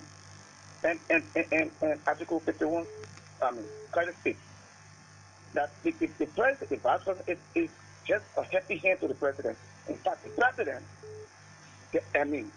dedicates functions to the vice president, and as the president, dedicate and appropriate or give it necessary. So if the president don't give you anything to do, you're not run faster than the president, you vice president. If you want to run faster than the president or sound louder than the president, it means that you're not be going nowhere, and this country not be going there, because that means that the president has to take action on the vice president. And if the president takes action on the vice president, the government will crumble. Like in the case of Freetown, we all know that. You can't speak louder or sound louder than the president. So, my vice president, I think, will be appropriate enough that we can go to the reconciliation table and reconcile and let move this country forward, because people deserve, best from this government. Thank you so much. All right, also Brown, my brother, please just text me your number, because by the time this show ends, I'll not have the number on the screen again. Okay, let me take Eddie Hammer, another Liberian journalist. They are all taking interest in the discussion. Eddie, good morning, welcome. Good morning, Jallah, and good morning, Julius. Good morning, welcome, my brother. Thank you. And one issue I want to speak of is the issue of the vice president and the president. You know, in any given situation, even in your home, you can have 2 men in the home. The wife has to submit. Somebody has to submit. Then one more in the community where you get the chairman, the co-chairman. The co-chairman will not be able to oversee the chairman. There will be problems. But I want to tell the vice president, thank you that she came up openly. But let her read her Bible. Let her go to the book of wisdom, Proverbs. Read Joshua chapter 1. Where Joshua was the second in command to Moses. He never heard. He was taking the step when Moses died, and God told Joshua, he said, no, my son Moses is there. It's not time for you to take in the position. Because if you do not read your Bible where leadership starts from, you have problems. Under no condition, let the president to read her Bible. I think in 1 Kings, where the son of the guy took over and they called for a VAT. He went to the older man, the post said, look, your father was treating the poor well. So continue with that. He called the young people said, look, your father was getting the poor 25 latte, getting 50 lattes. He listened to the young people, and what happened? He was the truth. Read your Bible. Read your Bible, Madam Vice President, Mr. President, read your Bible. All Let's right. just start from there. Because under no condition the Vice President want to oversee the system. You're not equal. Under no condition. Submit yourself. And thank you ever so much for being so submissive. Thank you. Thank you, Mr. Eddie Hammer. Mr. Simeon Wright, who is ready on our live Facebook page, says Liberians are different kind of people. We just don't follow the norms of society. We pace in the street all the time, throw garbage everywhere, and we are just dirty. We don't value system. Joseph Twawale said, good morning, watching from Jacobtown. Thanks for joining us. Yasa Sherry said, hello. Hello, Yasa. We are here. Thanks for viewing us everywhere you are. Justin P. Dennis said, watching from my home in Virginia Waterside. Okay. John Roberts watching from Red Light. Thanks all of you for watching us. Just call me Chiwalo Kolo Chiwala, watching from the hospital people of Ghana says. Yeah, you watch for the hospital people. Chris Willewu Bian says, good morning, watching from Greenville, Sano County. Wow, that's great. How's my man Sonny Bonoa? The order of the port. Alice Sonny Bonoa, way there, man. The man are kicking dust. And the guy says he's watching from Missouri, USA. That's just coming. Chiwula, Kolo Chiwula. Ralph Che said, watching from Pennsylvania. Thanks for watching us. I'm going to read some of your comments. The calls are coming. Good morning, big brother Jallah and Julius. Not forgetting the, okay, we read Prince Sharif's comment earlier. Okay, I'm going to go down and read some of the ones coming in. Julius, they will come to the other ones later. Let me see this one. There are many coming in. Okay, Kingston Jebo, who wrote earlier and said, please read our message. He says, the only way this country is going to get better in any area is doing away with the who know you syndrome. And oh, this video is being interrupted again. Wow. Oh, a lot of people posting on Facebook and they're going live. So as a result, their video interfere with our video. I will take your call, Ali. Don't worry. Just hold on. Let me read this comment I was reading from this moment before he takes me to tax. I'm going back up there. Okay, he says, the only way this country is going to get better in this area, doing away with the who knows you syndrome and employing persons with competence. We need to encourage our relatives to seek career rather than pushing them to jobs they know nothing about. And it goes about the readers, which is a major cause of our sports system, in the country. I don't know what he meant to say. Nothing will improve if we don't encourage people to go for career they are passionate and work in their various fields. Oh, I said to you, this video is being interrupted. But I'll read some of your comments and we'll take the papers, Julius and I. Then afterwards, our guests will walk in at 9 o'clock. And Mr. Fubi's errands and another colleague who are pushing for a war crimes code in Liberia. They want to be set up, war crimes code and economic crimes code for those who siphon our resources, those who murder our brothers and sisters in cold blood, and they're going free. They said they should be penalized. So they will be here as our guests very shortly. Eric A.S. Koyan says he's watching from GSA Road in Penza. Blamosaki watching from Leteco. Edward Cooper watching from Minnesota. Alice Keta Flomo, good morning to the OK family. Thanks for always joining us. Mr. Patrick Namu Williams, who is in the USA. Mr. Ralph Brown, Mr. Collie Reed, Mervyn Reed. Welcome to the show as usual. Let's say a few calls and come back. The lines have been busy. Let me take this one. Good morning. Good morning. To the people of Liberia. Good morning, sir. Welcome. Yeah, thank you very much, Jallah. My name is Aliyu. I join you from Pinzera. Aliyu, what's your last name? Jallah, I see no reason why there should be coordination between the president and the vice president. I see no reason, Jallah. Because in the just ended election, even the president now referred to Ambassador Joseph Boaka as a sleeping giant, that Ambassador Boaka was not proactive, as a vice president. So he needed a proactive vice president. And the Liberian, myself, the people said that they wanted a proactive vice president, and now they have one. So why they should be complaining right now, Jallah, that there is this coordination between the president and the vice president because the vice president wants to be powerful? So, Ambassador, we are comment that the vice president was a sleeping giant. Now he has a non-sleeping giant, right? He has a non-sleeping giant, a proactive one. So why would he be complaining? Why would he have a problem with but he has not complained. It's a vice president coming to divulge this information out that she has had a bad time with the president. The president has now complained about the vice president. Of course, but Jallah, you know that. You know, Ambassador Bwaka just wanted to show to people that yes, indeed, as a vice president, you are limited. You have limited powers. You have limited functions.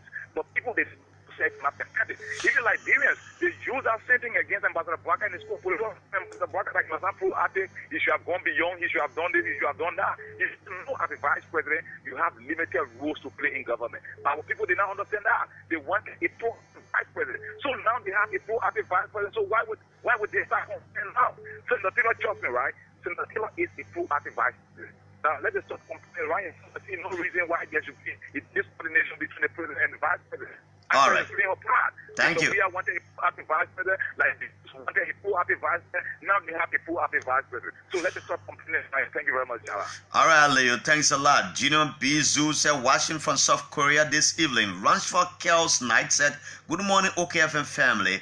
I'm Ransford Kells Knight, watching from Dupo Road. Thanks for joining us. Let's take some calls from your end, where you are. Let me take this one. Good morning.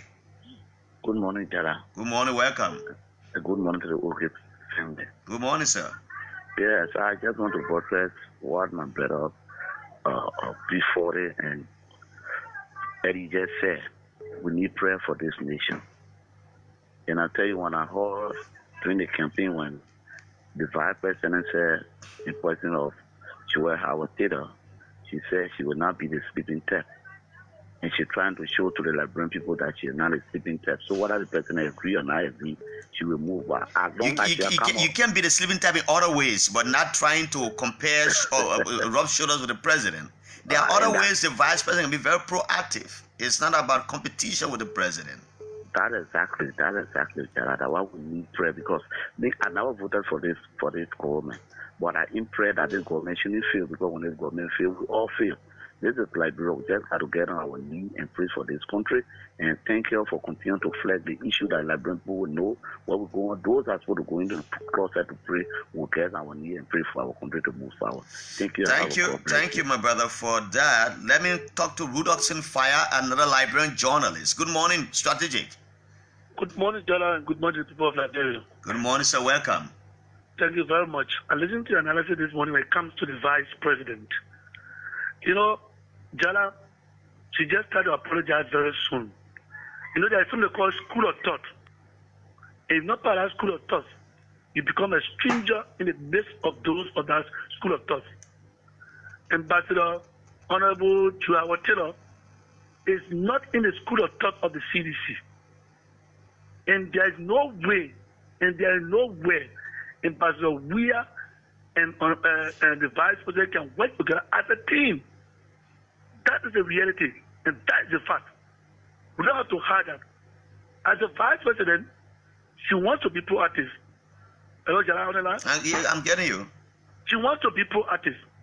She has a vision that she thinks she can put forward to this government, to the president, that it can move forward for the good of the country. But then, there are other thinking. They say, how can we work with this lady? Already they asked her, she proactive, she did. She may like to undermine my regime. Jallah, the problem we have in Liberia is the advisors to our own regime. Ambassador we may not mean harm. She would like to work with Honorable Julius Taylor, but the advisors to him will put in his mind against his own vice president that you will see no good in the vice president. You will see no good in the vice president. And others may not think that way because the Ambassador Weir wants the country to move forward. There's no way in this world that you want to go against this vice president who should be one of the drivers of this whole agenda. Yes, but the advisors will tell him that this lady is more powerful. If you allow her to go this way, she may take over completely what you want to do. In that case, the fact she will take the glory as the vice president. So let's forget about her. Let's do what we can do, because I don't see the reason of apology for the ambassador. Okay. What the woman has done this short time is women empowerment. Okay, Fire. So, thank you, Fire. Let me take a call from the Orange Line. Good morning. Yes, good morning, Jallah, and good morning to your many listeners. You sound like Ben Dwyer? No, this is Fobe Kutubu Sharif, and I join you from the former of the Boga Think Tank. Yeah. Now member of the CDC. Yeah. Now a bonafide member of the Coalition for Democratic Change, and a citizen of District Number 11, Liberia. Okay, go ahead. Jallah, I appreciate your analysis this morning, and I also want to appreciate few of the callers that call, that mean well for this country. Ambassador George Manawia is a peaceful man, and the Vice President of the Republic of Liberia, Honorable Joe Howard Taylor, is also a peaceful woman. These are people who calibrated their political activities, and they decided to go on one picking. And I believe that they are going to work in the interest of this country. Even in the home, the husband and the wife can have some misunderstanding, and at the end of the day, they can also resolve those problems. The Vice President slipped, and she was honored enough to come on the public radio and make those things that have been done in the secret public to Liberians. I don't know where the problem is coming from. We all should be praying positively. The fact that this woman, and she came to the radio to apologize to Liberians and the President of the Republic of Liberia, I think that was enough. We now need to move. The government is focused on making opportunity for its citizens. The government is focused in making sure that people at Gibraltar, West Point, and other areas where the rain is coming, their homes will be ruled or re-ruled. Okay. That is the focus of this government, and not anything negative. Thank you. Positive for our country. Thank you for the Kubudu Sharif. Thanks for that.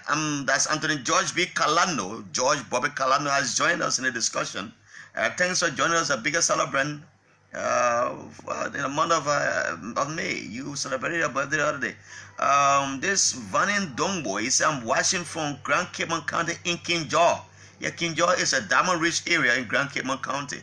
And the guys are watching us from Kinjaw as well. Let me take this call. Good morning. Yes, good morning, Jallah. Good morning, welcome. Yeah, good morning to the peaceful people of Liberia. And I'm Gamode Ezekiel, calling from somewhere around the Single Belt. All right, Gamode, go ahead. Yeah, Ali, thank you for Ali accepting me on the show. This is my debut appearance. Been monitoring you guys all of the time, and at least I have my opportunity today to share my own thoughts. Okay, go ahead, Gamode. Yeah, Jallah, this country is ours, and that's one simple thing I want to say to us today.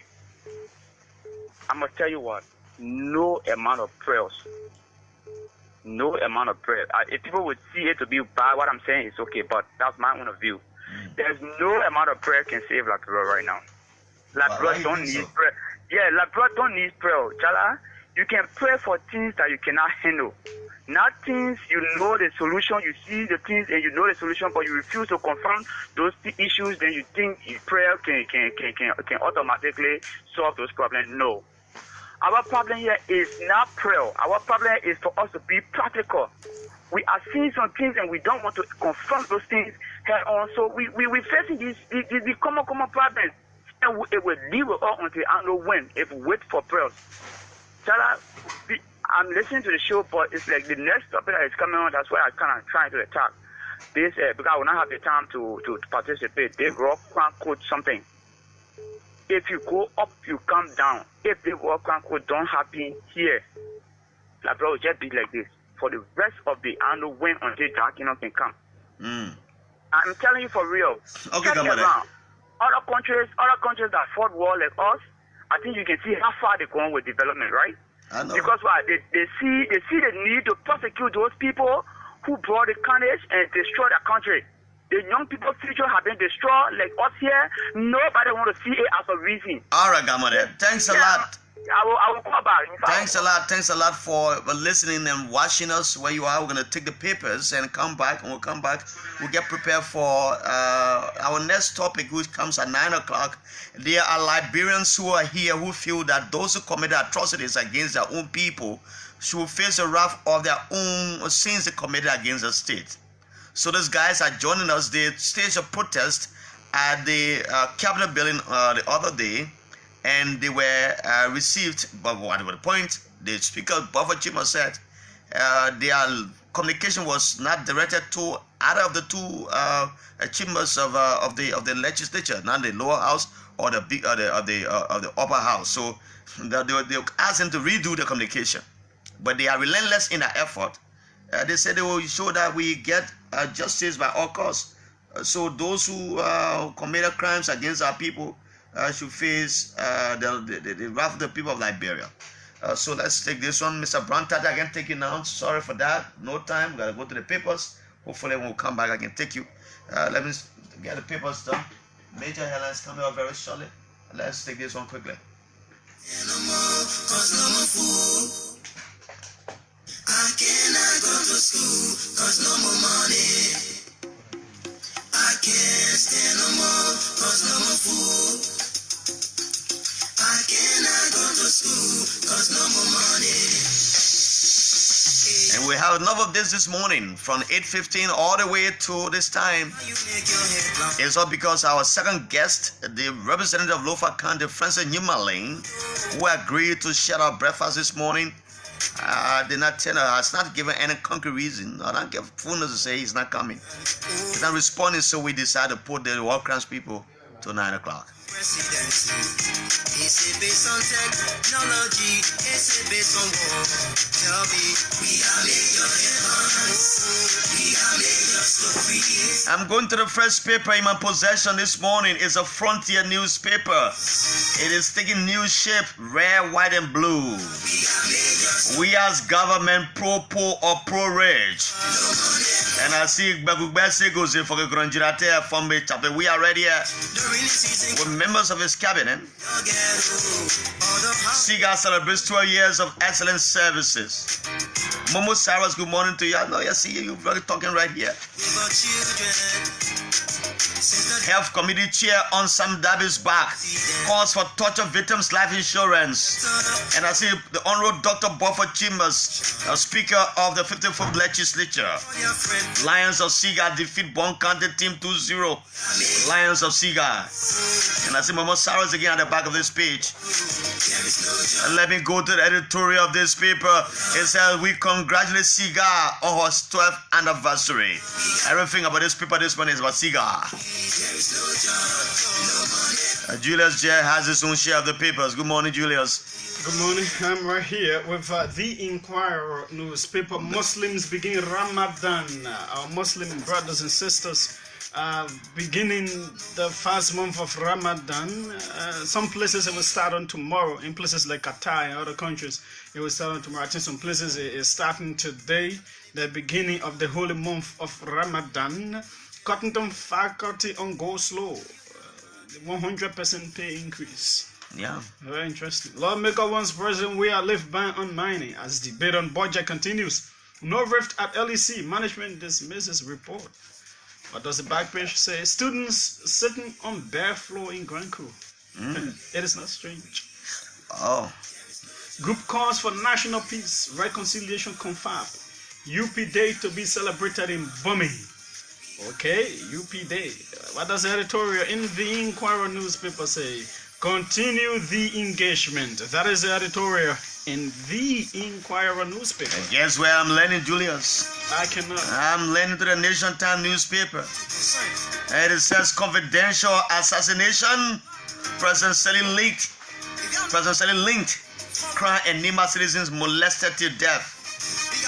And I see casket of individuals, Simon Kayando, Charles Julu. Many other people are here. And there are photos I can't remember. I can't see their faces very well. Broville citizens cry. Otello Parker's mayorship. And I see Otello Parker saying here why they crying for, we don't know. I see, but in this picture I see someone that's a Kuyongpa, Thomas Kuyongpa. And it's a Nation Time of Otavi Williams. Mike Kishan determines for better representation in the Senate. And I see the man Fox is right here. Diop named World Bank Vice President for Infrastructure. Diop is right here. Government of Liberia condemns death of police officer. Deputy Minister Eugene Fagon is right here. Further, we are appeals for aid to foundation. Liberia's delegation reports to regional parliament. And let me go to the editorial quickly as I've turned to Julius chair. I cannot see the editorial of this paper, so Julius, is up to you. We're right here with the Focus. The Focus newspaper is right here. Uncertainty and dilemma. Drowning in the futility of Unification Day. Hopeless future, misguided generation, unpatriotic leaders. Oh, the Focus. The Focus. This is well designed. Can you take that again, Julius? The headline is very crafted. Uncertainty and dilemma, drowning in the futility of Unification Day, hopeless future, misguided generation, unpatriotic leaders. And it is carved very well. The Focus newspaper. Nimba mining sector risks exploitation. Lower the music a little bit. Yeah. Consultations on the way to develop proper agenda. Troubling time. Consultation on the way to develop proper agenda. Troubling time for patients as doctors' protest continues despite meeting with government. But Sabo George has said that's resolved. Let's watch and see how it plays out. The editorial in the Focus newspaper says... what does it say? Scourge of bad labor practices. And scourge of bad labor practices lands me in the authoritative Heritage newspaper, where Augustus D.R. Batu, Dr. Batu says as the editor-in-chief, as pro-peace and reconciliation group condemns campaign war crimes code Daliman. And as if Franklin Wilson here talking as though he's sleeping. The man is talking, enjoying his talking, he closes his eye. You can see the man is sleeping talking. No rift at LEC. Management dismisses report. And the LEC people are the front page of this paper. Let me read the back page. No Ebola case confirmed in Liberia, say health authorities respond to Lassa fever case. I see health. That's Mr. Toba Ninswa is right here. For National Healing, Peace and Reconciliation, revised strategic roadmap launched. Be patient with your president, who's in a Reverend Dr. James F. Kodia is saying that. Let me go to the editorial quickly of the authoritative Heritage. Reinforcing the campaign against HIV/AIDS. That's the editorial, Julius. I am right here with the public agenda. The public agenda has a headline. What does it say? The public agenda newspaper says reviewing education system. Education system. Education minister explains upcoming summit.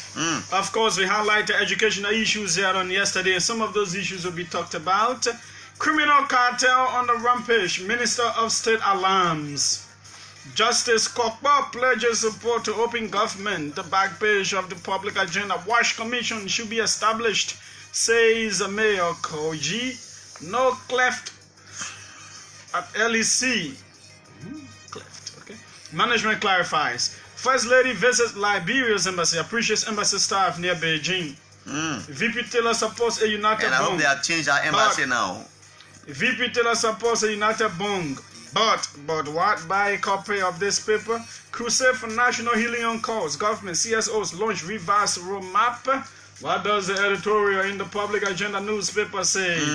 It says X-ray on Liberia's education system. X-ray on Liberia's education system lends us to the improvised daily of Katamboa. Julius, you talk about the first lady visit to the US, to the embassy in Beijing, right? The embassy was located in one big building. Can you imagine like an embassy when I was there? The embassy is located. You have about 20 floor building. The embassy is situated in one of the flats up there. Then you gotta pass from the first secretary office to go to the ambassador's office.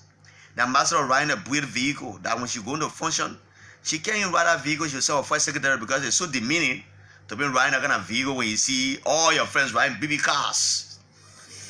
But I hope they have done something about it. Nan Douglas Tower was the ambassador at that time. Suspended, not cut off. LMDA asserts that Liberian medical doctors and say no more. suspended but not cut off. Okay, and I see the president here with some people on the other side. SARS choked as MICAP imposes fines. And I see Information Minister Lee Eugene but I think they have lifted the fines now. That's what I was reading somewhere. That's why I was reading somewhere. I don't know how true it is, but the place remains closed. Well, but I think the government should take a decision and reverse it. No, I think they have met with the measures. So, but the fine will be imposed and the measures are taken, because I think the fine was part of the measure that it was a fine imposed as a result of the action. Mm-hmm. So if you impose a fine and say the fine is lifted, I can't understand that. Anyway, but we'll find out from the information people. Revised strategic roadmap launched. Supreme Court dedicates new magisterial code. And I see Finance Executive Director Roosevelt Woods and the Minister of Internal Affairs on this one. The editorial says, we vehemently resist discrimination and sexism. And that's the editorial, Julius. Okay, we are here with the New Republic. The New Republic newspaper is right here this morning. A CDC pleasing PYJ. Other warlords, they are asking the question. And the warlords are all listed here. I'm seeing their faces. Where Ellen first disagreement, as President we are recalls 5 Ellen's 4G bills. The back page of the New Republic.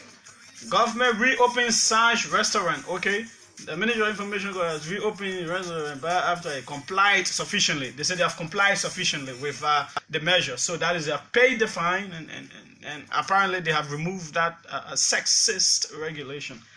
Chris Masakwe untouchable as police distances itself from investigating him or make comments.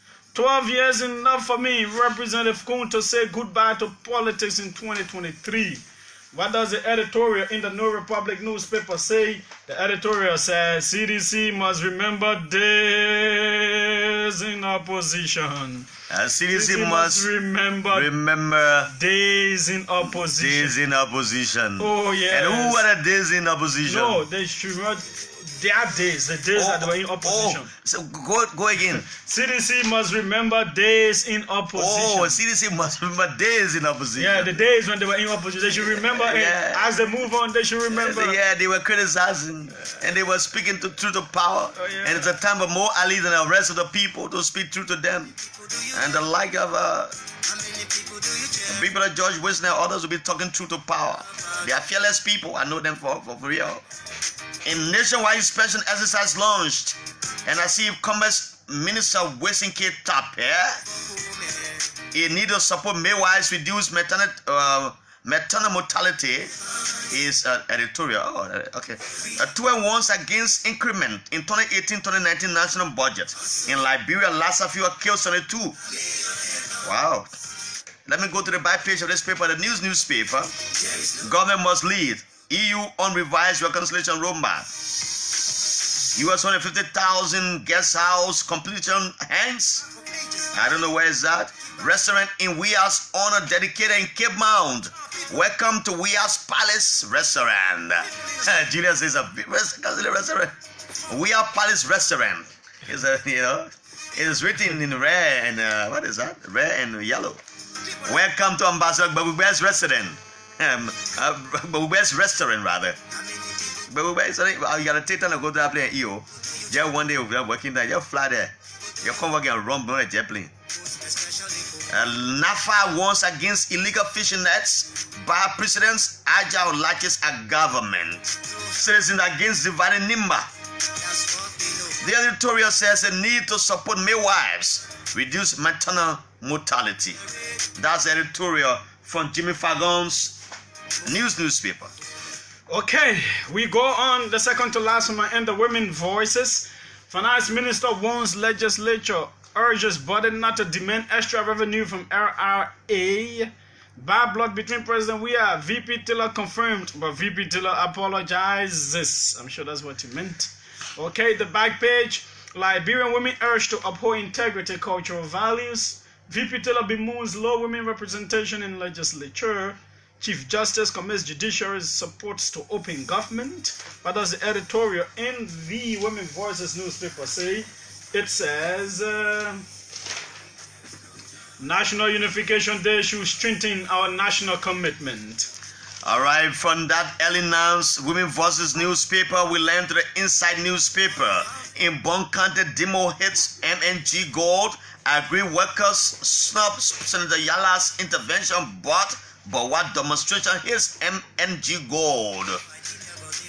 President Weah wishes Muslim happy Ramadan. Education Minister's Education Summit set for Kakata. 300 education specialists, others to participate. Professor Ansu Suni is right here. Let me go to the buy page. The papers are many today. It is Wednesday. No need for 30% bill for women. Senate pro tempore asserts as women legislative caucus endorse new leadership. Let me go to the editorial of this paper. Sometimes at the front page. GOL must ensure the conduct of the by-elections. GOL must ensure the conduct of the by-elections, Julius. The parrot newspaper. What does the parrot say? The parrot is flying. The parrot is talking. The parrot is speaking. Eating crow with dry face. Eating crow with dry face. Realizing the real role of a VP. Joel begs we are for forgiveness. Joel begs we are for forgiveness. And so does the pictures. This is a Joseph Baga supporting newspaper. So just saying when Joseph Baga was talking. The paper is sleeping giant. The back page. President Weah extends heartfelt greetings to Liberian Muslims on the observance of Ramadan. Unity Party distances itself from EFFL. Stakeholders meeting on Geneva Convention takes place. US-based journalists union takes government to task for violation of Constitution. USA launches innovative development radio TV program. Okay, and then the editorial in the Parrot newspaper says, hailing Weah's withdrawal of Salif era agreements with caution. All right, it lends me to Alfred Tukpa's People newspaper. Diaspora journalists take government to tax following constitutional violations. The Minister of Finance, the Minister of State for Presidential Affairs, the Minister of Information, they are all flanked here. The President of Liberia, His Excellency George Oponmanek Bagugbe Sekoze, Fogokron Jirate Pombe Tabeweah is right here in a white suit. Let me go to the back page as Fubi Harris walks in. Judiciary supports OGP initiative, Justice Kabal. Mike Kishen promises better representation. Fox is right here. Cheeseman Borough women get empowerment. Let me read the back page of the editorial.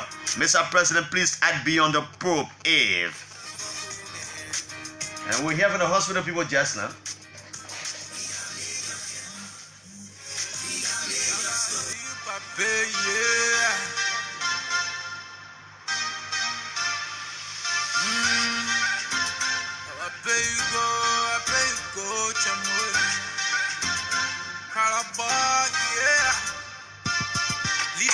I wanna know kiss. Man, you and be with my already show face. Pop eyes, but she for Jallah Kobe. Fake fan, Jallah sunshine, let her skin car, but she fret with a man hit it. I think Jallah back up on my juke, get it one day. Then I pick it, help, polo, skin clean, Jallah new my real color. I hit you on my pillow tonight, oh, baby. And so be careful, there's a rainy time, y'all.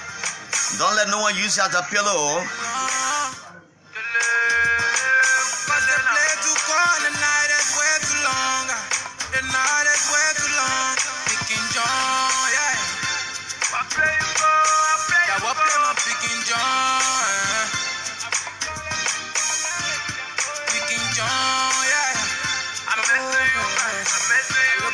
Hey, let me say good morning to you, Benu Jallah of the University of Liberia.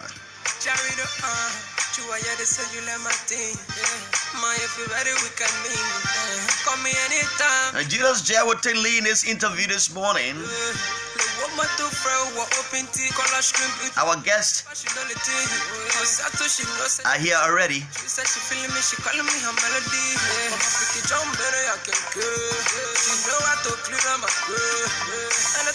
Mr. Daniel Kume, how are you this morning? Thanks for the beautiful show the other day. One of the best tailors in Liberia right now.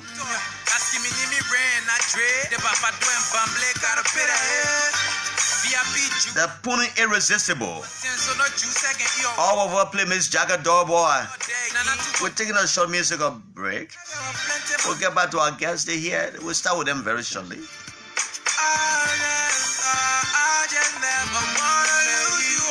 She on my pillow tonight, oh baby.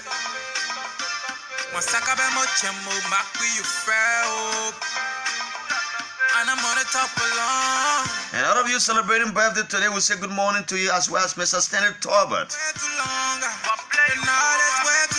When the night is so longer, you know, you can use some Picking Jones as a pillow for the night.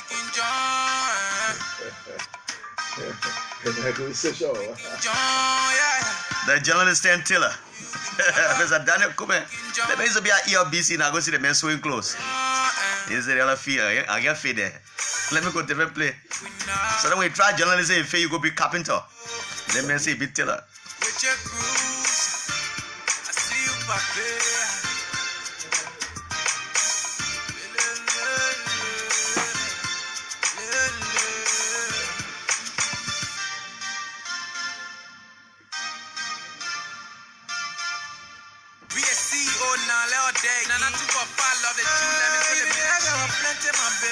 I will still choose you.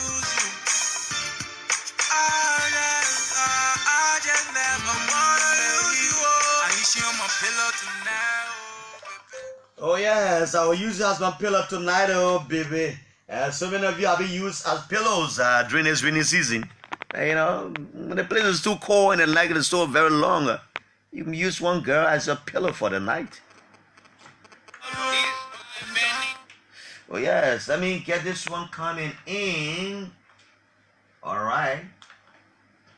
Okay, here we go. From the hospital people of Hospitable, Sammy. Hospitable. Bring you greetings from the hospital people of Hospitable, Sammy. Hospitable. I'm sorry. We bring you greetings from the hospital people. The hospitable people, that was a joke. The hospitable people of district number 17. Now we fancy I get start laughing. Eh? Let me say good morning to my guests and welcome to OKFM, Mr. Franklin Wisse, a former head of CEO, intellectual institution. Since he left, I see you wearing a black cloth on his beautifully attired. This morning he has a black on his hand. Good morning, Franklin. Welcome. Good morning, Grayfield. Mr. Fubi Henrys, welcome. Thank you. It's a pleasure. Franklin Ama Henrys. Thank you. It's a pleasure being here again. Let me say, Mr. Franklin Wisse, how are you this morning? Pretty good, Jallah Grayfield. It's been a while, and let me express my happiness being on this platform. This is if not the most respectable platform in our country. We will say it's one of the best. How did you leave CEO? Let me start from there. You were president. Yeah. You led for 2 terms and you gave power peacefully. Exactly. You led a transition in the area that brought in someone, Mr. Weah. Sure. Sure. So, having served for 2 terms as Secretary General of CEO and Chairman of CEO for 2 terms as well, we had to abide by the dictates of our constitution, which says that nobody serves for more than 2 consecutive terms. So I think I have groomed young people to be able to take up the leadership of CEO and the first NS we are now is the chairman of the Center for the Exchange of Intellectual Opinions, succeeding me. Okay, let's go to the reason we call you here is all about your call for war crimes and academic could be set up in Liberia. This is something that many people do not stomach. That we should let bygone be bygone. Why are you guys forcing war crimes could be set up in our country? Thank you. First, let me begin by saying I disagree when you say a lot of people do not stomach. It appears that more people are against the call for the establishment of a war and economic. People are divided on this one. Yeah, people are divided, but there are more people wanting it than. What is the measurement? Oh yes, we've been doing our own survey, sampling views across the country, and it appears to me now that You know, our people are saying they are tired of being screwed, used, dumped. For too long have they been raiding by the governors of the state. For too long have the governors of the state taken their silence, you know, for granted. For too long, you know, this culture of silence, has taken over the opinions, the views of people, and we kind of are like being consumed in this tendency of letting the sleeping dog lie. So they are like saying, let us really understand why people who perpetrated mayhem and atrocities and committed all sort of gruesome acts during the Liberian Civil War will be rewarded with high public offices, and they go around beating their chests as though, you know, that was a good thing to do. If you look at in recent time, the increasing wave of murders in our country, in April alone, you know, you had 6 murders, and just this month you had the most recent from Napoleon Williams in Maryland. What does it tell you? It tells you that people are like, you know, getting accustomed to killing. And there is this little thought that look, my man, nothing happens. I will just go and rest in Saw Beach. Okay? Because the culture of impunity has overwhelmed us as a people. We are saying people who took advantage of the Liberian Civil War to perpetrate mayhem, calling themselves freedom fighters, came, and instead of being freedom fighters, they resorted to being, you know, cannibals. What benefit will Liberia accrue from killing a group of people who perpetrated violence against us? When we grab them, we should just kill everyone, and then if they are found guilty, what benefit does the country stand to get? Oh no, our law does not require that you kill anybody who kills, but there are penalties laid down for people who kill. And so you want them to be penalized. Excellent. Let them be made to account for the deeds so that it serves as a deterrent for would-be perpetrators. Because trust me, you know, Benjamin Franklin said in one of his quotes that pardoning the bad is injuring the good, unquote. If you continue to pardon those people who did bad, you are injuring the good ones. There are lots of things. I don't want to, you know, enumerate all of the atrocities that were committed. You know that people who call themselves freedom fighters came here and out of their insanity and madness, they were using human intestines to form checkpoints here. You saw at checkpoints, you saw human skull. They were using as a combat for you to, they were drinking blood from human skull. They were opening the stomach of pregnant women to determine the sex. They were doing all manner of atrocities, making a man to have sex with his own daughter, and making sons to have sex with their mothers, with their sisters, forcibly, making people to have sex in the public. And a man's wife was raped, you know, right in front of him, and he became defenseless. He couldn't do anything. Killing a man and taking a heart, giving it to the woman to cook. All of those insane, you know, atrocities that were committed, and they are here.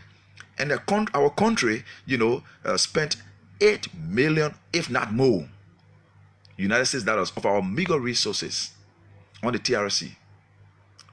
What happened to the TRC?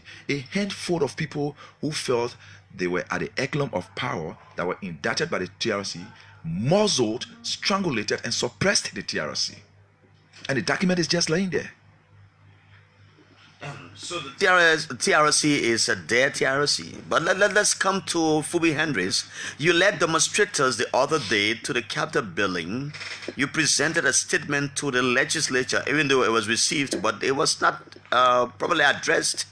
What were you saying in your presentation to the legislature? I don't know. What was contained in that document? Yeah, we firstly acknowledge the representatives and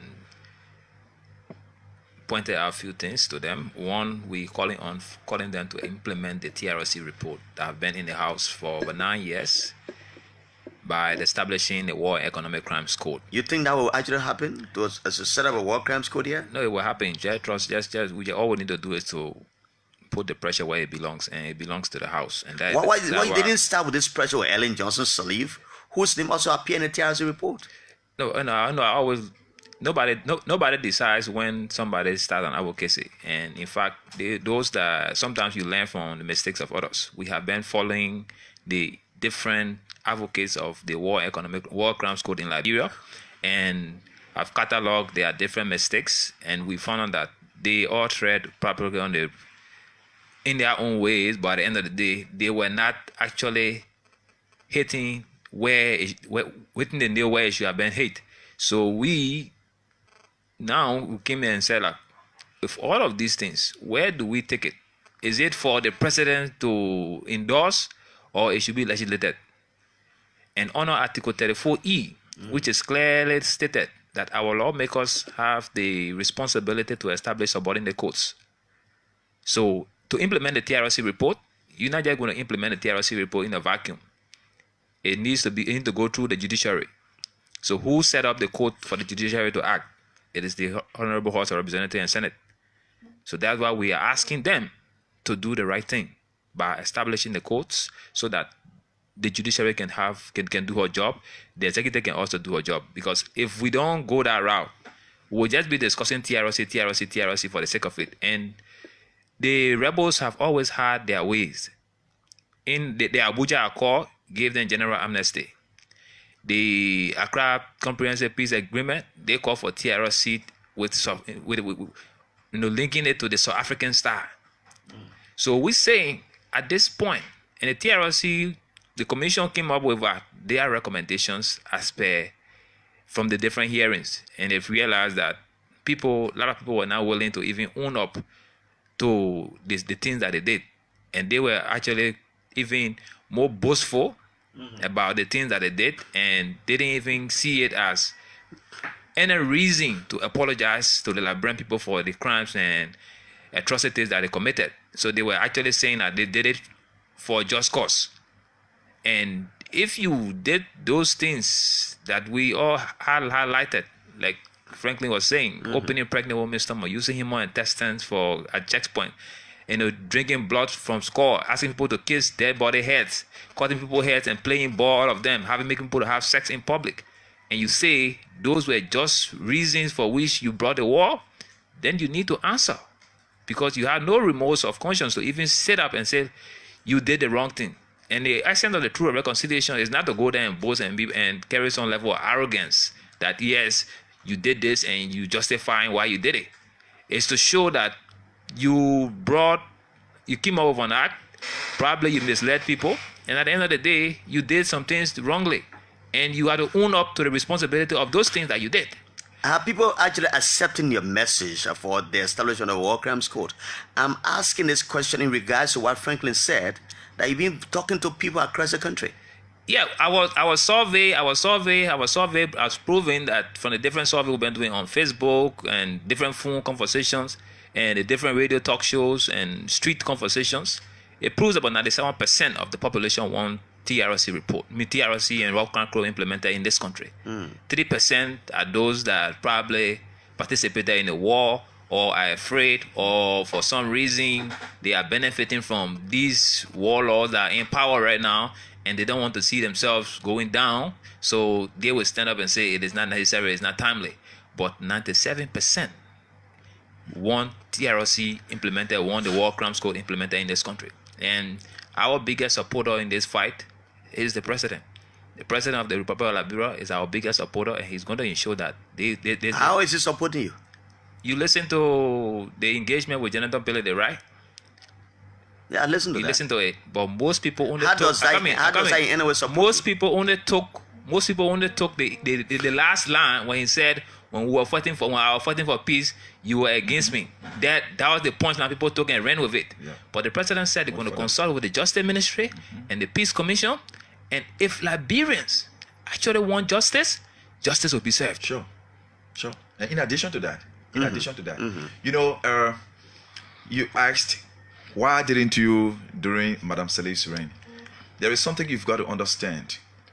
Every given situation determines, you know, the circumstances and actions. If you had a situation where somebody was indicted by the TRC and the person manipulated the system in a way that the TRC suffered a major setback, it only tells you that that person really doesn't have or didn't have the political will to execute. But this is something that President Weah has to run with. Madam Salif intimated to the Liberian people that two things undermined her legacy during her 12 years of rule. She failed in the fight against corruption. She said and admitted that corruption morphed from a public enemy to a vampire. She also admitted that reconciliation was a challenge. She did not succeed. So this government, this people-centered government, is supposed to run away with those two facts and make gains so that President Weah, who is known to be without stigma, this is a man who has got no hand in bloodletting. He's got no hand in the corruption and stuff that we face here. Look, Jallah, let us not dwell too much on those who fought the war. You and I are quite cognizant of the high level of corruption that has engulfed this country. Have we asked the hard questions? What became of Nokal? You saw a situation where people were providing some flimsy reasons for the PSDI fund that that was misappropriated at Finance Ministry. All of these acts of corruption must stop. Public offices are places you go to serve. If you want to make profit, you go in the private sector. And if we don't take actions to let these people know that we are very much around, they will take advantage of us. And it beats my imagination that as the oldest republic, what do we have to show? Small population, we are endowed with so much resources. What is it that we lack as a country? Bad governance is our problem. And then this culture of, oh my man, let it thing. It's what we are our own problem. We are the architects of our own destiny. And let me just say this.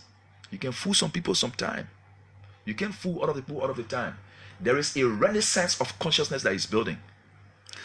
Now, let me come to Fubi. What is the level of consultation with diaspora-based Liberians? If you look around the world, America has been after some people who committed some crimes here. The fact that one Liberian has been sentenced for 30 years for his role he played in the Liberian civil crisis. Some of them have been arrested in Britain and other areas and incarcerated because of their role. What is your level of consultation with other diaspora-based Liberians who also think the same way you think, that bringing justice to the people entails setting up a war crimes court here? What is it like? Yeah, we have cordial relationship with them. We've been having several meetings, and we even have our own Facebook group that we interact with and interact on a daily basis. So the consultation is ongoing every single day, even on a day, minute by minute basis. We are talking and finding ways in which we can make it better, and how can we engage the government and every other stakeholder that start to helping Liberia get justice. And as we speak, yesterday we also submitted a copy to the House of Senate and through Senator Dallas Goet, and he promised to get it on the floor on Thursday, which is tomorrow. So we hope to hear from the senators also. And also, as we speak, there's also a copy of a cover letter presented to the office of the president. We also have a copy dropped to the American embassy and also the EU head office. So this week we're concluding with other diplomatic missions in Liberia, so that every diplomatic mission and local church-based or faith-based organizations we also have, and including the traditional council, we have copies so that they know that this is something that Liberians want. So both home and abroad, we are engaging every major stakeholder that tie to this particular venture. At the end of the day, it is about Liberians, and like Franklin said earlier, we shouldn't just look at it from just the standpoint of the war. We also tie in the economic crisis to it. And if you just follow keenly, all the different crises that took place in the country stem around economic, backwardness, and corruption and so forth. So we're saying, if the solution for corruption is not using the barrel of the guns to kill people, it's not using the barrel of the gun to overthrow people, it is you got to fight corruption through the courthouse, have an effective justice system that will deal with corrupt practices and corrupt officials, so that nobody comes to government and think that you can run the show, pocket money for yourself, and deprive millions of people from benefiting justly because you and your family want to enjoy the rest of your life. So you deprive people of those things that justly due them. So those are some of the things that we want to be engaging, and that's what we're saying. And our conclusion in the TRC, you asked earlier about what we have contained in the petition. Mm-hmm. And containing the petition, we concluded on the conclusion there will amaze you, and you know that this is, I will just read it for the public. We asked four basic questions that are being asked to our lawmakers, and this also goes to every Liberian, and it goes like this. They say, if our kids, because most of our kids, they not experience the war right now, and they are growing up, and they will definitely have access to this information because most of them on YouTube, they on Facebook and other, internet platforms. So if our kids who are going to watch the videos and read the other documentaries currently on the internet ask in the future the following. 1, say, Mama and Papa, we watched and read about the April 14, 1979 arrest riot that turned bloody. What was done to those who committed the bloodshed? 2, Mama and Papa, we watched and read about the April 12 and April 22nd, 1980 coup d'etat in the name of rampant corruption, poor living standards, etc. Why is corruption still high more than before? And why is corruption still? And we have very poor living standards. What was done to people who use guns as a means of justice instead of the courthouse? 3, Mama and Papa, we watched and read about the 1985 coup d'etat that failed and the subsequent Nimba raid. What was done to the culprits? 4, Mama and Papa, we watched and read about the brutal war from 1989 to 2003 with more than 250,000 people killed, during which time pregnant women's stomachs were opened with bent knives to identify the gender of the babies being carried. People were made to have sex in public. Fathers were made to have sex with their daughters and mothers with their sons. People were beheaded. People were amputated. Women were raped in front of their defenseless husbands, sons, fathers, and brothers. People were massacred in churches with no fear and respect for God. People's properties were damaged and they were forced to be homeless. Kids were drugged and given guns to kill. Today we are struggling with the growing issue of drug abuse and prostitution. Millions were looted, and what were done to the perpetrators? So this is a question that we all have to answer to our kids if they ask us. Okay. And then, Franklin, the presentation of that document to the legislature, I heard you in your comments earlier that the president has alluded in setting up of a war crimes court by virtue of the fight in an interview with Jonathan Pilele and those comments he made. So have you made any representation to the office of the president too? Because the president is an influential person in the setting up of a crimes court in the country. Take for example the case of Sierra Leone, where Tijan Kaba had to write the UN for the setting of a war crimes court based on pressure from his own people. Great. So have you petitioned the office of the president as well? Oh, exactly. We, as Phoebe indicated, we submitted a copy of the petition to the president and wrote him an official letter. So the onus is upon the president to probably sit with us and find a way forward. And I strongly believe that we have a president who will muster the political will that